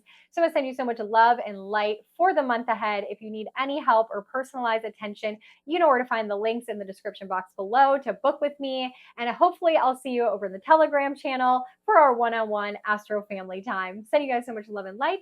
I'll catch you in the next video. Cancer risings, this month you have your new moon of the year, the new moon in Cancer in your 1st house. This is a beautiful energy to set new intentions on anything in your life. It is all about you at this time. The sun is highlighting and illuminating and shining a spotlight on you. What do you want? What do you need? What do you desire? It is bringing attention to your identity, your avatar, your persona. When you go out into public, people are noticing you and recognizing you. I want you to shine your sun, your energy, your intentions on yourself this month. I want you to focus on your hair, your appearance, if you want to wear makeup, how you dress, shopping for a new wardrobe, like change your avatar, glow up, spend some extra time doing a face mask or an everything shower and moisturizing your body. Like use the heat and the vitality of the sun and shine it down on you. Set intentions around what you want, what you desire at that new moon on the 5th of July. And then when we get to the 23rd, the sun is going to shift into Leo. This is your 2nd house. This is where the sun heats up, brings vitality to your income sector. This is an opportunity for you to look at your budget, look at your material possessions, bring some heat and vitality to them, look at how you're making money if you want to create a second stream of income during Leo sun season. Now let's talk about your other lunation this month. You are ruled by the moon. And so when we get to the full moon in Capricorn on the 21st, this is the 2nd full moon in Capricorn, the blue moon. Very important for you because you are ruled by the moon, Cancer rising. So when we have blue moons or dark moons or new moons or any kind of lunations like eclipses, they're going to impact you more heavily. So this blue moon is really going to call you to release and let go in a big way. And your 7th house is your Capricorn house. So what relationships don't serve you? What relationships are you now understanding cannot come with you for the long haul? What do you no longer want to be committed to or disciplined enough? Where are you looking in Cancer risings? I have to say, with Capricorn in your 7th house, when you pick a partner, business partner, romantic partner, friend, when you pick a partner, you're going to stick with them for the long haul. Like you are willing to go through challenges and obstacles with them. So you need a double full moon energy. You need a blue moon in Capricorn in your relationship house to let someone go if they don't serve you. So by the end of July, you could be like, you know what? I've given this a good run. I have done everything possible, but I'm at peace with moving on and away from this relationship. So this could seal the deal. But also, if you are in a relationship, this could be the energy that locks it in. You make that final commitment. You plan for marriage. You say, you know what, this is my person. And I am committing to not being single and changing my identity, right? The sun is in your 1st house. So you're changing your identity. You're changing the way in which the world sees you. So maybe that is from single to dating. Maybe that's dating to married, married to divorce. Like something is changing in your relationship sector that is affecting your identity and how the world sees you. So pay attention to that. Big energy for you, Cancer rising. And just remember, you have 2 planets retrograding in Pisces, in your ninth house, Saturn and Neptune. I won't go too much into that now. You can go watch my Saturn retrograde video for your rising sign where I break it all down. But just know there's some lessons to learn around your ninth house, having to reflect, having to go back around your belief systems, your philosophies, the way in which you see the world, maybe needing to check some things off your bucket list, create some boundaries with people in your life, and really asking yourself, what are you committed to? Where do you want to go? Where do you want to see? How do you want to expand yourself? Like, where do you need to be a little bit more adventurous and spontaneous? So with all of that, pay attention to the new and the full moon this month as they impact you the most. I'm going to send you so much love and light. If you need any help navigating the month ahead, you got a lot going on in your life, you can find my booking link in the description box below. I would be so honored to walk you through that energy. And maybe I'll catch you in the private Telegram channel. You can join the Astro family over there. Use the link with the 7-day free trial in the description box. And I'm sending you so much love and light. I'll catch you in the next video. Leo risings, you are ruled by the sun, so we get to focus on the sun seasons when it comes to your energy. Where is the sun highlighting and shining a spotlight on? What area of life do you need to focus your energy and attention on? The sun is in the zodiac energy of Cancer as we start out the month. It lasts all the way until the 23rd of July. So from the 1st till the 23rd, you want to shine your energy, your attention into the Cancer area of your life. This is your 12th house. So we want to look at things behind the scenes. We want to look at your mental, energetic, and spiritual body. We want to pay attention to your limiting beliefs. Where are you sabotaging yourself? Where do you need to cleanse, purge, heal, detox? We want to look at your habits, your rituals. We want to look at your spirituality and your belief systems. We want to definitely focus on things behind the scenes. Are there projects that you need to work on? Are there areas of life that you haven't been focusing on?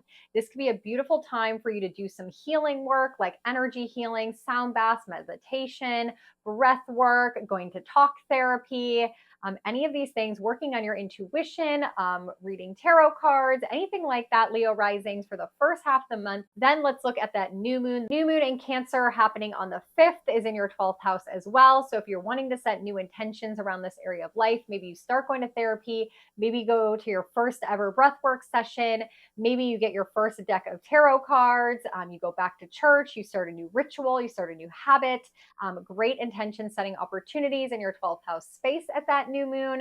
And then the sun moves into Leo on the 23rd. This is so exciting for you. This is your rising sign return where the sun heats up and illuminates your first house, the energy of you. Shine a spotlight on yourself. I know Leo risings, you know how to do that. But from the 23rd of July all the way until next month, the sun is going to heat up your personality, your identity in the world. It's going to magnetize people to you. It's going to have you shining brighter. When you go to a party, Leo risings, everyone pays attention to you. You're usually dressed the best. You're a little dramatic. You're a little bold. You like to be the center of attention. The sun season of Leo highlights that, spotlights you in all ways. This is a rebirthing energy for you. So if you're wanting to change your identity, wanting to change your wardrobe, wanting to cut your hair, Leo sun season is the perfect time for you to do it. If you're wanting to draw people to you, this is a great energy as well. And then when we look at the full moon is going to be in Capricorn. This is the second full moon in Capricorn, the blue moon, highlighting and illuminating your 6th house. These are your physical day-to-day habits, your routines, your work-life balance. What do you do to keep well, to stay healthy? This full moon is going to illuminate what needs to break, what needs to fade away. Where are you not creating structure in your life? Where are you not committed to your health? So there might be something that has to be removed out of your life so that you can have more wellness. So focus on your mental health and your physical health this month can be very important. And don't forget this month as well, we have Saturn and Neptune, both retrograde in Pisces in your 8th house. Lots of lessons to learn in this area of life for you, my Leo risings. The 8th house is the taboo house. So we're looking at money tied to other people, debts, loans, inheritances, taxes, your sex life, your ability to be vulnerable and intimate, your psychological fears and traumas. So you have lessons to learn. Saturn is helping you get more committed to do the hard work in these uncomfortable areas of life. Neptune may be revealing and highlighting now some things that you haven't seen. Maybe you've been very delusional in this area of life. You haven't wanted to address it, but now things are coming into focus and you're really having to anchor in on this uncomfortable area of life, the 8th house, and work hard and make some decisions and to move forward. Now, if you want more in-depth understanding of that, make sure you go check out my Saturn retrograde retrograde video. Go watch for your rising sign so you truly understand what Lord Karma is trying to teach you in this area of your life. But Leo risings, you're going to have Mercury, Venus, the sun all dancing through your first house. When Venus is there this month, you are going to feel magnetic. You're going to feel alive. You're going to feel like people are paying attention to you. You're going to feel more beautiful than ever. That starts on the 11th when the sun enters on the 23rd. You're going to be feeling so freaking good. So really focus on the 23rd to the 25th as all three of those planets create a stellium in your first house. I love this energy for you. You're going to love it too. If you need any help or guidance one-on-one navigating the upcoming astrology, go ahead and reach out to me in the description box below. I have my booking link, and I'd love to see you over in the Telegram channel where you can join the rest of your Astro fam. To get my daily voice memos, you can use the free 7-day link in the description box below. And I'm going to send you so much love and light for the month of July. I'll catch you in the next video. Virgo risings, there is a lot going on for you this month, and your ruling planet of Mercury is going to be retrograding next month. So we are gearing up for that. Let's break it all down, starting with your ruling planet, Mercury. Make sure you also go back and hit the timestamp for the planet by planet breakdown for Mercury to have a better understanding of what days and what he's all up to this month. We're diving into the cliff notes here because we got a lot to talk about. So your ruling planet, as we start out July, moves from the zodiac energy of Cancer into Leo on the 3rd. Leo for you is your 12th house. So now Mercury, your mind is in the 12th house spaces. This is in the spiritual energetic realm. So you could be getting a lot of dreams, a lot of intuitive downloads. This is a great energy for meditation, for creation, for working on projects behind the scenes, for learning and understanding more about metaphysical topics, learning about your emotional health, your energetic body.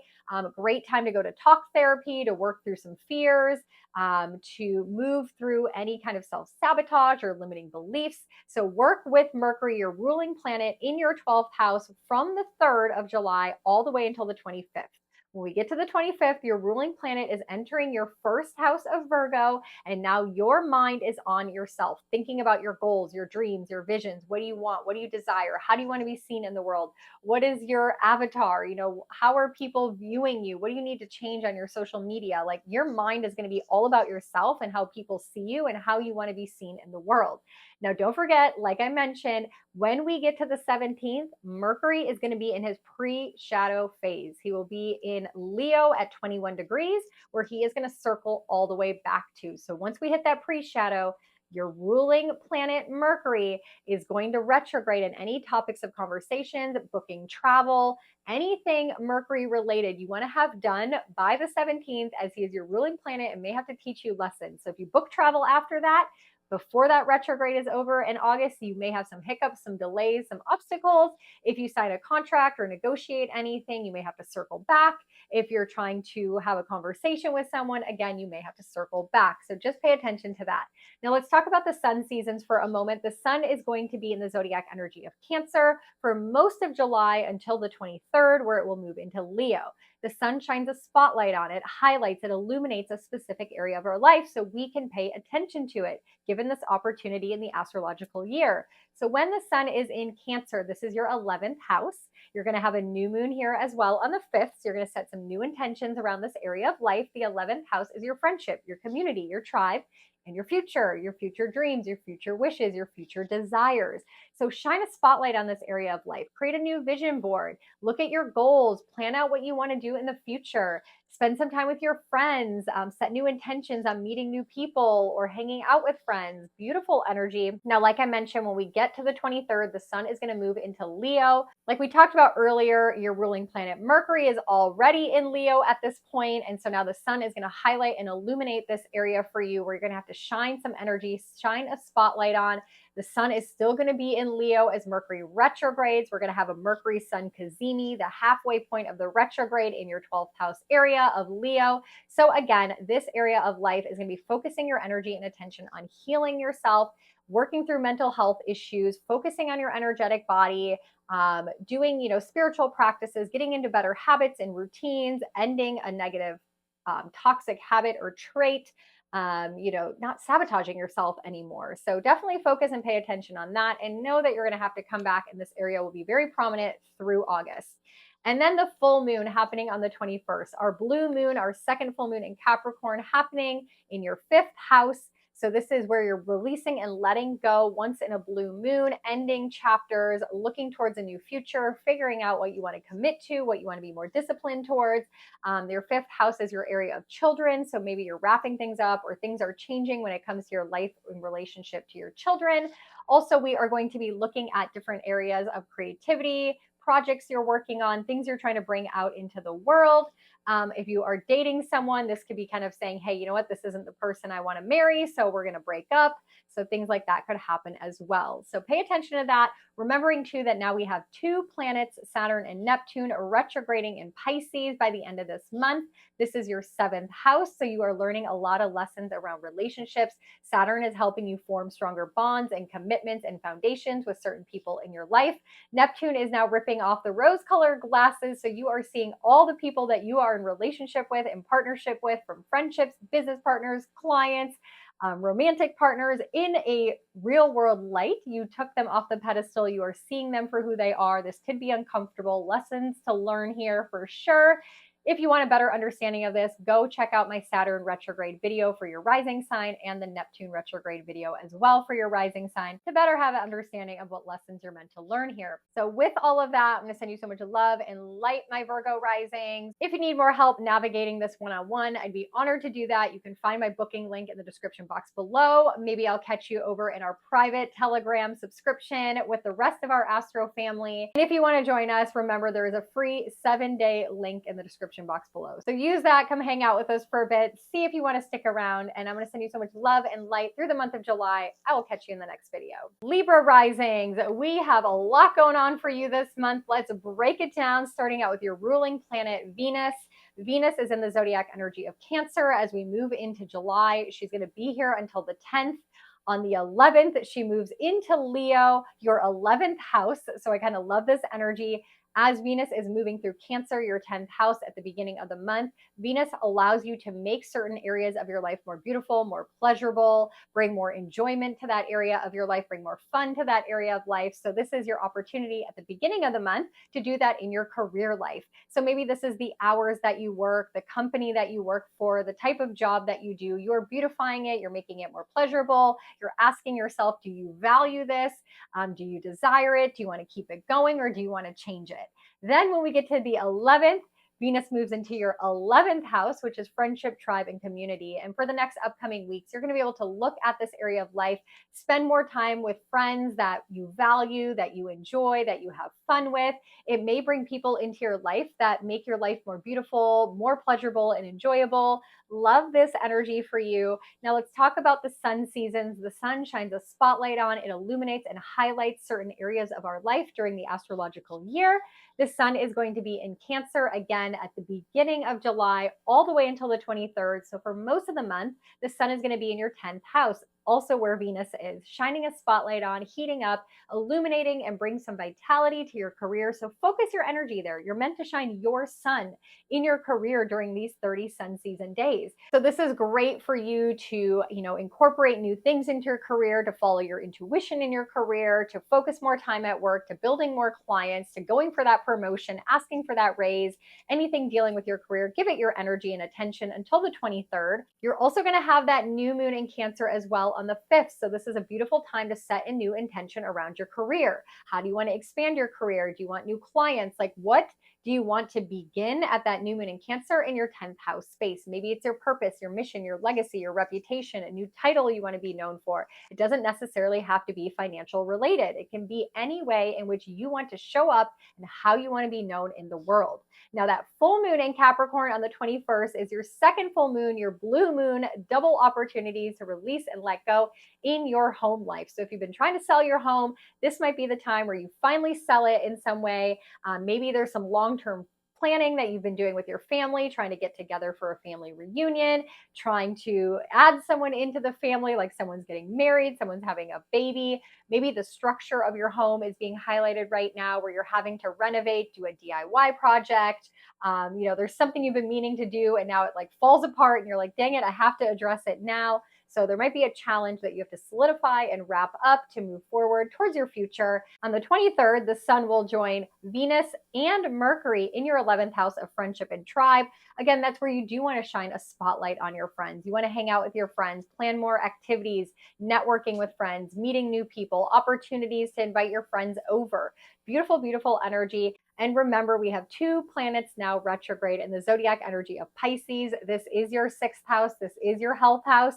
Anytime Saturn is in our health house, I like to pay extra special attention in my readings. So for you Libra risings, this is your season to find more discipline, more structure, more commitment around your health. Especially as Saturn's retrograde, it's going to feel like you can relax a little bit, but you don't want to be punished by Lord Karma when he comes out of retrograde. We talked so much about this in my Saturn retrograde video, breaking it all down for you in your rising sign. So go catch that if you haven't yet. And then, of course, keep an eye out on Neptune's retrograde video for you, because Neptune is helping you see things clearly, take the rose-colored glasses, not be so delusional when it comes to your overall well-being, and helping you find more clarity and what needs to heal so that you have more vitality. So lots to discuss with that. I'm going to send you so much love and light as you navigate this month ahead. If you need any help on a one-on-one level, I'd be honored to dive in with you. You can find my booking link in the description box below. Maybe I'll catch you over in our private group on Telegram for the Astro Weather Report. If you decide to join us, make sure you use the 7-day free trial link in the description box below. So much love and light. I'll catch you in the next video. Scorpio risings, we got some potent energy for you as Pluto and Mars, both your ruling planets, are some of the main characters for July. Let's navigate it. Let's break it down, how you can work through this energy. So first of all, starting out with Mars, one of your primary life coaches. Mars starts the month in your 7th house of Taurus. He's going to be here for most of the month until we get to the 20th when he moves into your 8th house. Now remember, Mars is going to help you take action, move forward, step into your masculine energy, make decisions, and wherever he is in your life, he's helping you move forward and make some choices. And now Mars is in your relationship sector, your 7th house. And so you're making decisions in relationships. Who do you want to be in partnership with? What needs to change? What needs to transform? Where do you need to have some tough conversations? Where do you need to fight for people and how you want them in your life? So big energy, remembering that Mars is going to run into Uranus on the 15th. This is a massive jolting of energy.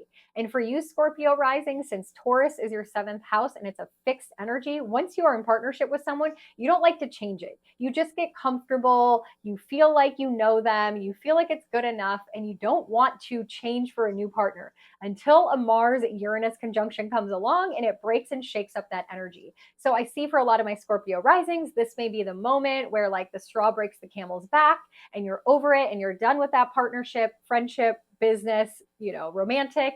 Or it also could be the time that there is the catalyst for change, the breakdown for the breakthrough. Something happens in your relationship in a big way, and it changes the energy of the future of that relationship in a good and positive way. So I can see this being very beneficial for you as well, my Scorpio risings. Just learn to be comfortable with the uncomfortable energy at first. Then on the 20th, Mars is going to move into Gemini, your 8th house. And now we're going to take action and make decisions around your financial area of life tied to your partner, tied to other people. This could be a chance for you to take on a loan, take on a debt, to pay off a debt, to rearrange your finances with another person. This could be a time for you to take action and have more libido. And Mars in the 8th house, you might have more sexual stamina, want to get into more taboo things in your sex life, to do some healing, to do some psychological therapy of some sort. So there's spontaneous healing available for you with your ruling planet in the 8th house. Now remember, on the 20th, when Mars moves into Gemini, he's going to trine Pluto, your other primary life coach. So this is a potent, powerful energy for you. Pay attention around the 20th and the 21st. There might be a massive shift, a massive change in your partnership that happened around the 15th that then causes a financial disruption or a financial change between you and your partners. So be careful and cautious of that. That could be something big for the month. Your other primary life coach, Pluto, is about to leave Aquarius and go back into Capricorn next month. He's opposing Venus, opposing Mercury, opposing the sun. So there's a lot of influence here for you this month on transformation, change, moving forward, revealing things, allowing yourself to be rebirthed in a new relationship, in a new career, in a new area of your life. You have the catalyst of change on your side, my Scorpio risings. I know that's already so much. Let's quickly break down the sun seasons as the sun is transiting and navigating Cancer. This is highlighting and illuminating your ninth house. This is where you're supposed to shine your energy and your attention. Ninth house space is your bucket list. It's traveling, it's your mindset, it's your belief, it's hiring a mentor, it's reading books, it's gaining life experience, it's doing things out of your comfort zone, going on a spontaneous trip, or doing something that you've always wanted to do. So pay attention. Sun season of Cancer is a great time to travel for you. Once we get to the 23rd and the sun moves into Leo, we're going to have a lot of energy ramping up now in your career sector of life. So the sun highlighting and illuminating your 10th house for the Leo sun season is shining a spotlight on your career, your legacy, your title, your reputation, how you want to be known in the world. This is making you very magnetic in your professional life. So love this energy for you. Don't forget, we have the full moon in Capricorn, the second full moon, the blue moon, your opportunity to release and let go in your third house. So this is wrapping up, something in a sales job, in a contract that you've been trying to sign, gaining wisdom. Maybe you end a course or career. This could also be an ending around something that you've kind of mastered and you're like, you know what, I'm done. I know everything I need to know. I now need to go out into the world and live it and teach it to other people. So very full circle moment here as well. And don't forget, you have two planets, Saturn and Neptune, retrograde now in your fifth house, learning a lot of lessons around this area of your life. So having more fun, what hobbies you enjoy, taking more time for creative projects, lessons around children, lessons around your dating and romantic life, and just learning to have more fun. So if you need more help and guidance with the Saturn and Neptune retrogrades, go check out my videos, check them out for your rising sign, as these are some major lessons for you to learn, my Scorpio rising. But you have a big month, powerful energy, powerful change ahead. I send you so much love and light. If you need more help navigating that on a one-on-one basis, you can find my booking link in the description box below. As a fellow Scorpio rising, I would be honored to help you walk through this energy for July and honestly through the rest of 2024, as Pluto and Mars have a lot of stuff going on, including a Mars retrograde to wrap up 2024. And maybe I'll catch you over in our private Telegram channel with the rest of the Astro family. If you do want to join us, make sure you use the link in the description box for the free 7-day trial. Come hang out with us, see if it helps you navigate the astro weather. Send you so much love and light. I will catch you in the next video. Sagittarius risings, we got so much to talk about with you. There is some relationship energy here. We are going to navigate together as your ruling planet Jupiter is in your 7th house now. We talked about this in June. Jupiter bringing expansion, blessing, growth, and opportunity to your 7th house. Romantic relationships, partnerships, friendships, business collaborators, people that you want to form a bond with.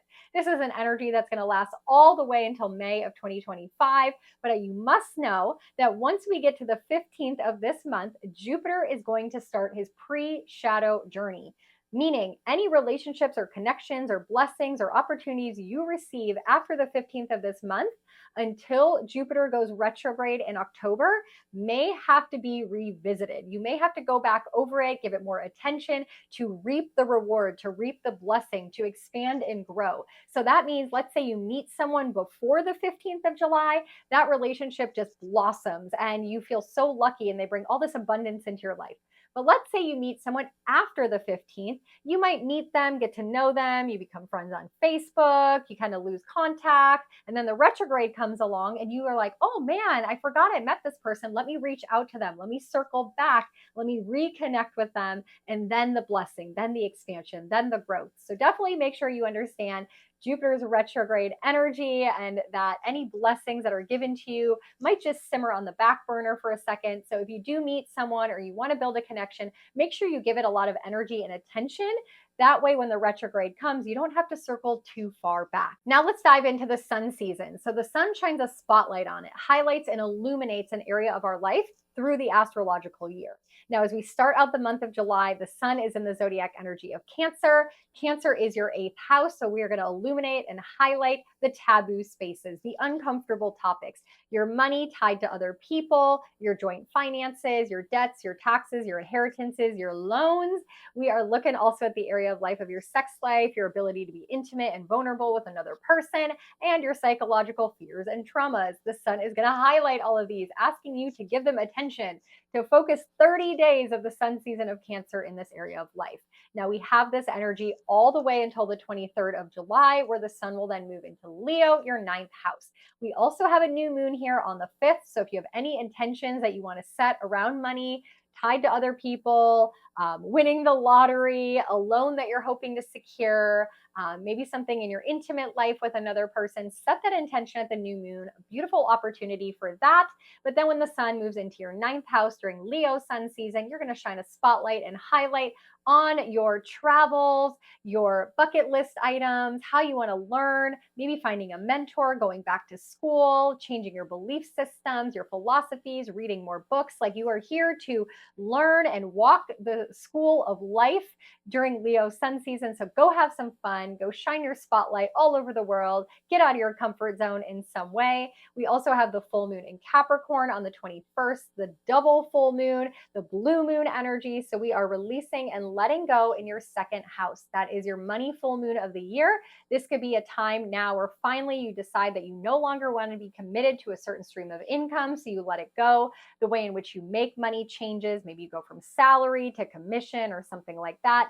Maybe you're letting go of a material possession that you don't value anymore. You don't want to give it any more energy. This would be like having a second car, but it always breaks down. And you're like, you know what? I don't want to sink any more money into it. I don't need it anymore. I'm going to let it go and just use my first car. So something shifts and changes in your resources.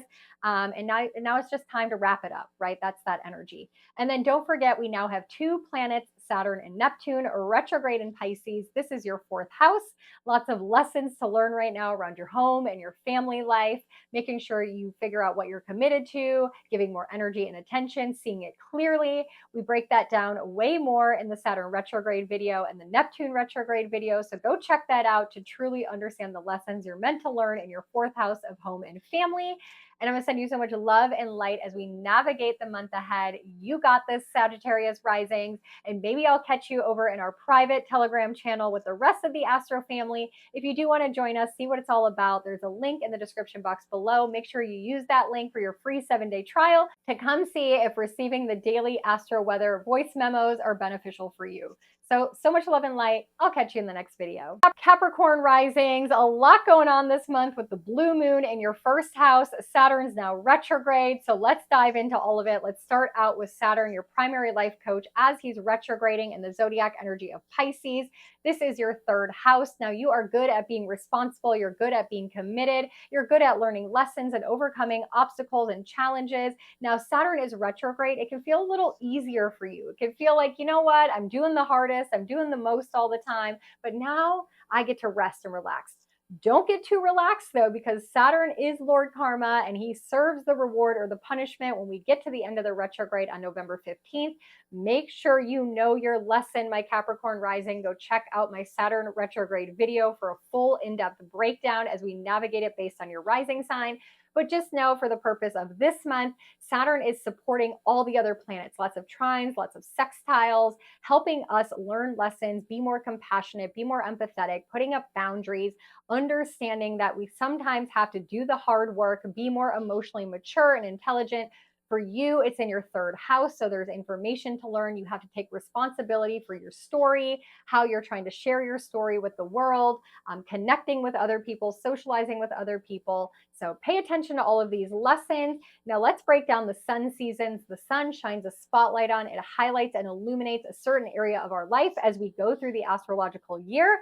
As we enter into July, the sun is in the zodiac energy of Cancer. This is your seventh house. So this is the time for you to focus your energy, your attention on your relationships, your partnerships, your marriage, your dating partners, your friendships, your clients, your business partners, people that you form a bond with. So give it the energy, give it the attention. My Capricorn Risings, this is the perfect time until the 23rd of July for you to go on a romantic getaway, to connect more with your clients, to hang out with your friends. Just shed some of your energy into your relationship area of life. You also have a new moon here, so if you need to set a new intention, maybe you want to call in a new partner, maybe you want to change something in your marriage, maybe you want to draw in or manifest a new business client. This is a beautiful new moon to do that. So capitalize on that energy. On the 23rd, the sun will move into the zodiac energy of Leo. When it moves into Leo, we are now going to shine a spotlight on and highlight your 8th house area of life. This is the uncomfortable area of life. We're talking joint finances, debts, loans, taxes, inheritances, writing up your will, handling, situations in vulnerable, intimate spaces of your life. This is your sex life. This is your psychological fears and your traumas.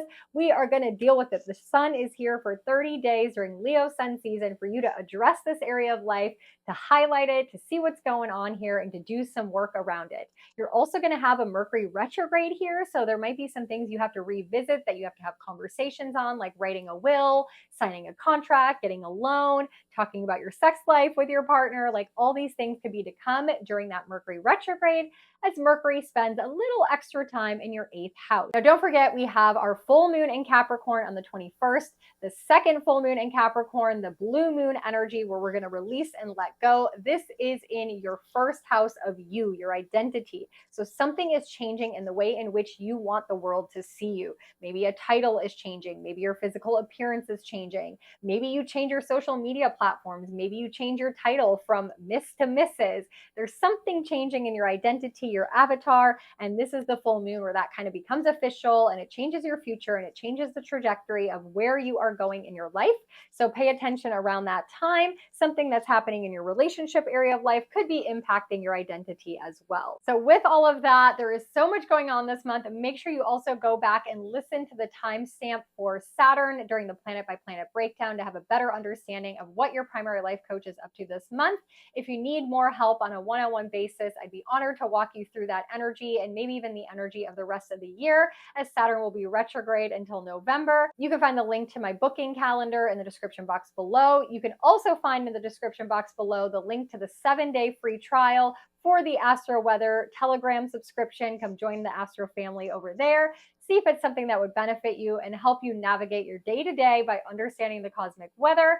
So I'm going to send you so much love and light as you navigate July, my Capricorn risings. I'll catch you in the next video. Aquarius risings, your two primary life coaches, Saturn and Uranus, are up to a lot this month. So let's break it down and then some. First of all, Saturn, we need to know that he is retrograde. So we are learning some lessons, we are changing some things in our life.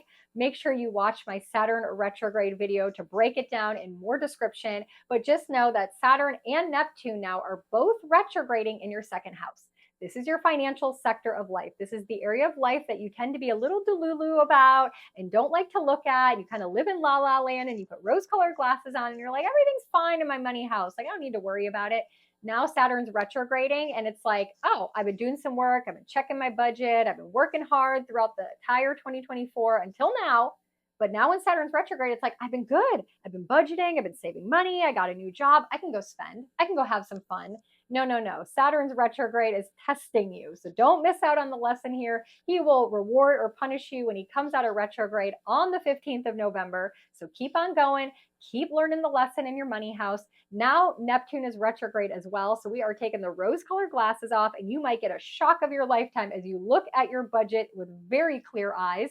The fog is lifted. You understand what your financial or material possessions are worth. You see how much money you're actually making or not making from a certain job or stream of income. So there's a lot of lessons to learn for you, my Aquarius risings, in your financial area of life. Now let's focus on your other primary life coach, Uranus. Uranus this month is shaking things up for everybody. You're used to this energy. You like to be a rebel. You like to be a revolutionary. You like to move into the future. You like to get out of your comfort zone. So you're going to do fine with this energy. We have Mars conjuncting Uranus, a big, powerful energy. This is happening in your 4th house on the 15th of the month. So make a note of this. This is a change in your home and your family life, something that liberates you, that frees you. If you've been trying to sell your house, this could be the day that happens. This could be the day where something not so comfortable happens in your home, but it frees you from the mortgage in some way. This could be some disruption as well in the family. Something happens that you have to handle and it changes the future and the trajectory of the family. It's not always negative. It's something that's like, you know what? This has been brewing and building for a while. The change is now, and we're moving towards a new future in the home and family area of life. You could also sign a contract if you're trying to purchase land or a new piece of property. Exciting energy for sure. But let's also focus on the sun seasons. The sun shines a spotlight on, and it illuminates a certain area of our life, a certain chapter throughout the astrological year. And now we are in Cancer Sun season. That is highlighting and spotlighting your sixth house area of life. So this is the time of year where you are going to focus your energy and attention on your health and well-being, your routines, your day-to-day habits, your supplements, your nutrition, your work-life balance, how often you sleep. Use the sun and the heat of this energy to focus in and hone in on your routines. You also have Venus here helping make this area of life more beautiful. You find routines that you enjoy. You find supplements and foods that you enjoy. And also you got Mercury here for just the first 2 days of the month. So you've been thinking about this area of life. Now we're going to do something with it. Now also we have a new moon here. So maybe you set a new intention, a new diet plan, a new fitness routine. Maybe you start working with a trainer. Maybe you start a new routine in your work life. So instead of going in at 9 a.m., you go in at 12. Something changes in your habits that affects your work life and your overall well-being. Now, when the sun moves into Leo on the 23rd of the month, this is the sun now moving into your seventh house of relationships. Leo sun season for you is such an exciting time. This is where the sun is heating up partnerships, marriages, friendships, clients, business partners of sorts, people that you form a bond with. So focus your energy and attention on this area of your life. Go on a vacation with your partner, go love up on your clients, spend some time with friends as the sun is illuminating this area of life. Remember, Mercury is also going to retrograde here, so you have a little extra time and attention to communicate and express and speak and connect with people mentally and socially in this area of life as well. And then, of course, we have our full moon, our double full moon in Capricorn, the blue moon energy happening on the 21st. This energy is in your 12th house area of life, opposite from your day-to-day habits and routines. We're now dealing with the emotional, energetic, and spiritual part of your well-being, releasing and letting go of some sort of habit that is sabotaging you, something that isn't working anymore. So pay attention around that full moon. Like, what is sabotaging your wellness? What is not making you feel good? What has to go once and for all? So this is going to be a big change for you as you move towards the future and in better habits and better vitality. And of course, there's so many other things going on this month. So if you need more help one-on-one navigating this energy, you can find my booking link in the description box below. I'd be honored to help you not only navigate July, but maybe even the upcoming energy for the rest of 2024 so you can best prepare for 2025 and all the shifts that are in store for next year. And maybe I'll catch you over on Telegram in our private subscription with the rest of the Astro family. If you do want to join us, see what it's all about, don't forget there's a free 7-day link in the description box below that you can use to see if it would benefit you. So I'm going to send you so much love and light as you navigate July. I'll catch you in the next video. My Pisces risings, we have a lot going on in the month of July. Your two ruling planets, Jupiter and Neptune, are up to a whole lot. So let's start out with that. Let's navigate it.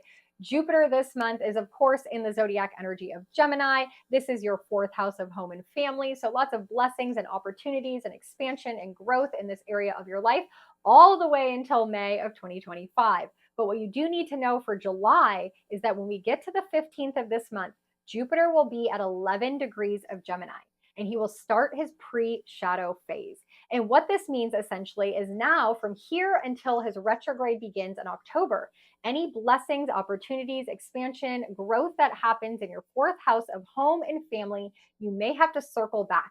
It may just be like on the back burner for a little while and it's simmering and you have to circle back to reap the reward, to get the benefit, to get the blessing. And so anything that happens before the 15th, it's like, oh my gosh, this new thing happened. So lucky, so beautiful, so easy breezy. And then anything that happens after the 15th, it's like, well, I started this DIY project, but we didn't get it done. Or maybe I signed this contractor, but he's delayed and he can't actually work on the job for a number of months. Like anything in the home and family, you got to circle back to reap the reward. So don't forget that. Your other primary life coach, Neptune, is now officially retrograde as of the 2nd of July. And so were you, my Pisces risings, that like to dream, like to float through life, like to believe and have faith, and you live in la la land and you can be a little bit more delusional and you go a little bit more with the flow? Not anymore. your primary life coach is like, hold on, stop, pause, like rose colored glasses off. We can't be this delulu. We got to see life clearly. Like the fog is gone. The veil has lifted. It is time for you to get with the program, to face reality. This is a very uncomfortable season for you, my Pisces risings. And this is also happening where Saturn is retrograding. This is happening in your first house. Neptune is at the anaretic degree, 29 degrees of Pisces the entire month. Saturn is now retrograding at 19 degrees. So we definitely want to pay attention to what is changing for you. This is a massive energy, lessons to learn around who you are, your boundaries, your dreams, your wants, your desires, how you stand up for yourself, how you want to be seen by the world, your appearance, your social media platforms, how you dress, like everything about you right now is needing your attention, and you're learning lessons and you're seeing it clearer than ever. And don't forget, when we get to September, we're going to have an eclipse in Pisces in your first house, preparing us for the North Node entering your first house.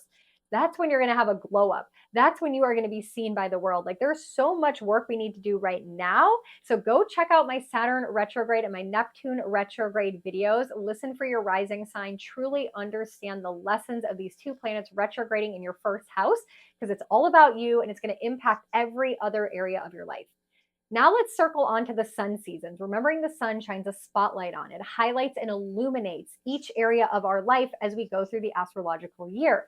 Now the sun is shining a spotlight on Cancer Sun season this month until the 23rd. This is highlighting and illuminating your fifth house. We're also getting a new moon here, so that's your opportunity to set new intentions around this area of life. And the fifth house rules our creative projects, our passion projects, things we want to bring to life. This is our romantic life, our dating life. So if you've been single for a while, beautiful energy to set new intentions, to shine a spotlight on, to go out on dates. If you've been with a partner for a while, this would be a great opportunity for you to go do some fun things, start to date your partner again, go to a movie, go to a concert, go to the opera, go to a play, start a new hobby together like pickleball, go do something fun with your partner, spark that romance again. It also deals with children, so either working with children or your own children, spending more time with children. Also an energy here right now where you could set new intention on getting pregnant or working on your fertility. So beautiful energy for all that, my Pisces risings. When we get to the 23rd of the month, the sun is now going to move into your sixth house.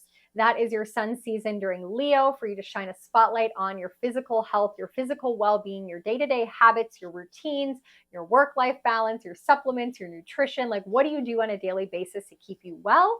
You're also going to have a Mercury retrograde here. So thinking more about it, asking more questions, learning more things about your health. And Venus is going to be there as well this month, allowing you to make your routines and your habits feel beautiful, feel pleasurable, and making your physical body also more beautiful. So great time for the second half of the month to really focus on your overall physical well-being and stamina. Now we do have that full moon in Capricorn, the second full moon, the blue moon energy, releasing and letting go in your 11th house. So this could be the point now where you release and let go once and for all friendship groups, people in community that no longer align with you, just understanding who is your tribe. And maybe you are ready to start a new season with new people in your life. Also, this is the energy of your hopes, your dreams, your wishes. So maybe you've been wishing for something for a while and you're realizing that you don't really want that anymore. You're taking things off your vision board and you're willing to add new things to that vision. So definitely the full moon where we're releasing and letting go around the 11th house area of life that happens on the 21st. And of course, there's so much else going on this month. So I'm going to send you so much love and light. If you need any help navigating it on a one-on-one level, understanding it within your birth chart and how to move through this energy, I'd be honored to dive in on a one-on-one session. You can find my booking link in the description box below. And if you want some daily guidance, of course, join us over on Telegram for my daily Astro Weather Report, where the rest of the Astro family hangs out together. Don't forget to use the free 7-day link in the description box. You can come over and see if it's something that is beneficial for you. So I'm going to send you so much love and light as we navigate July. I'll catch you in the next video.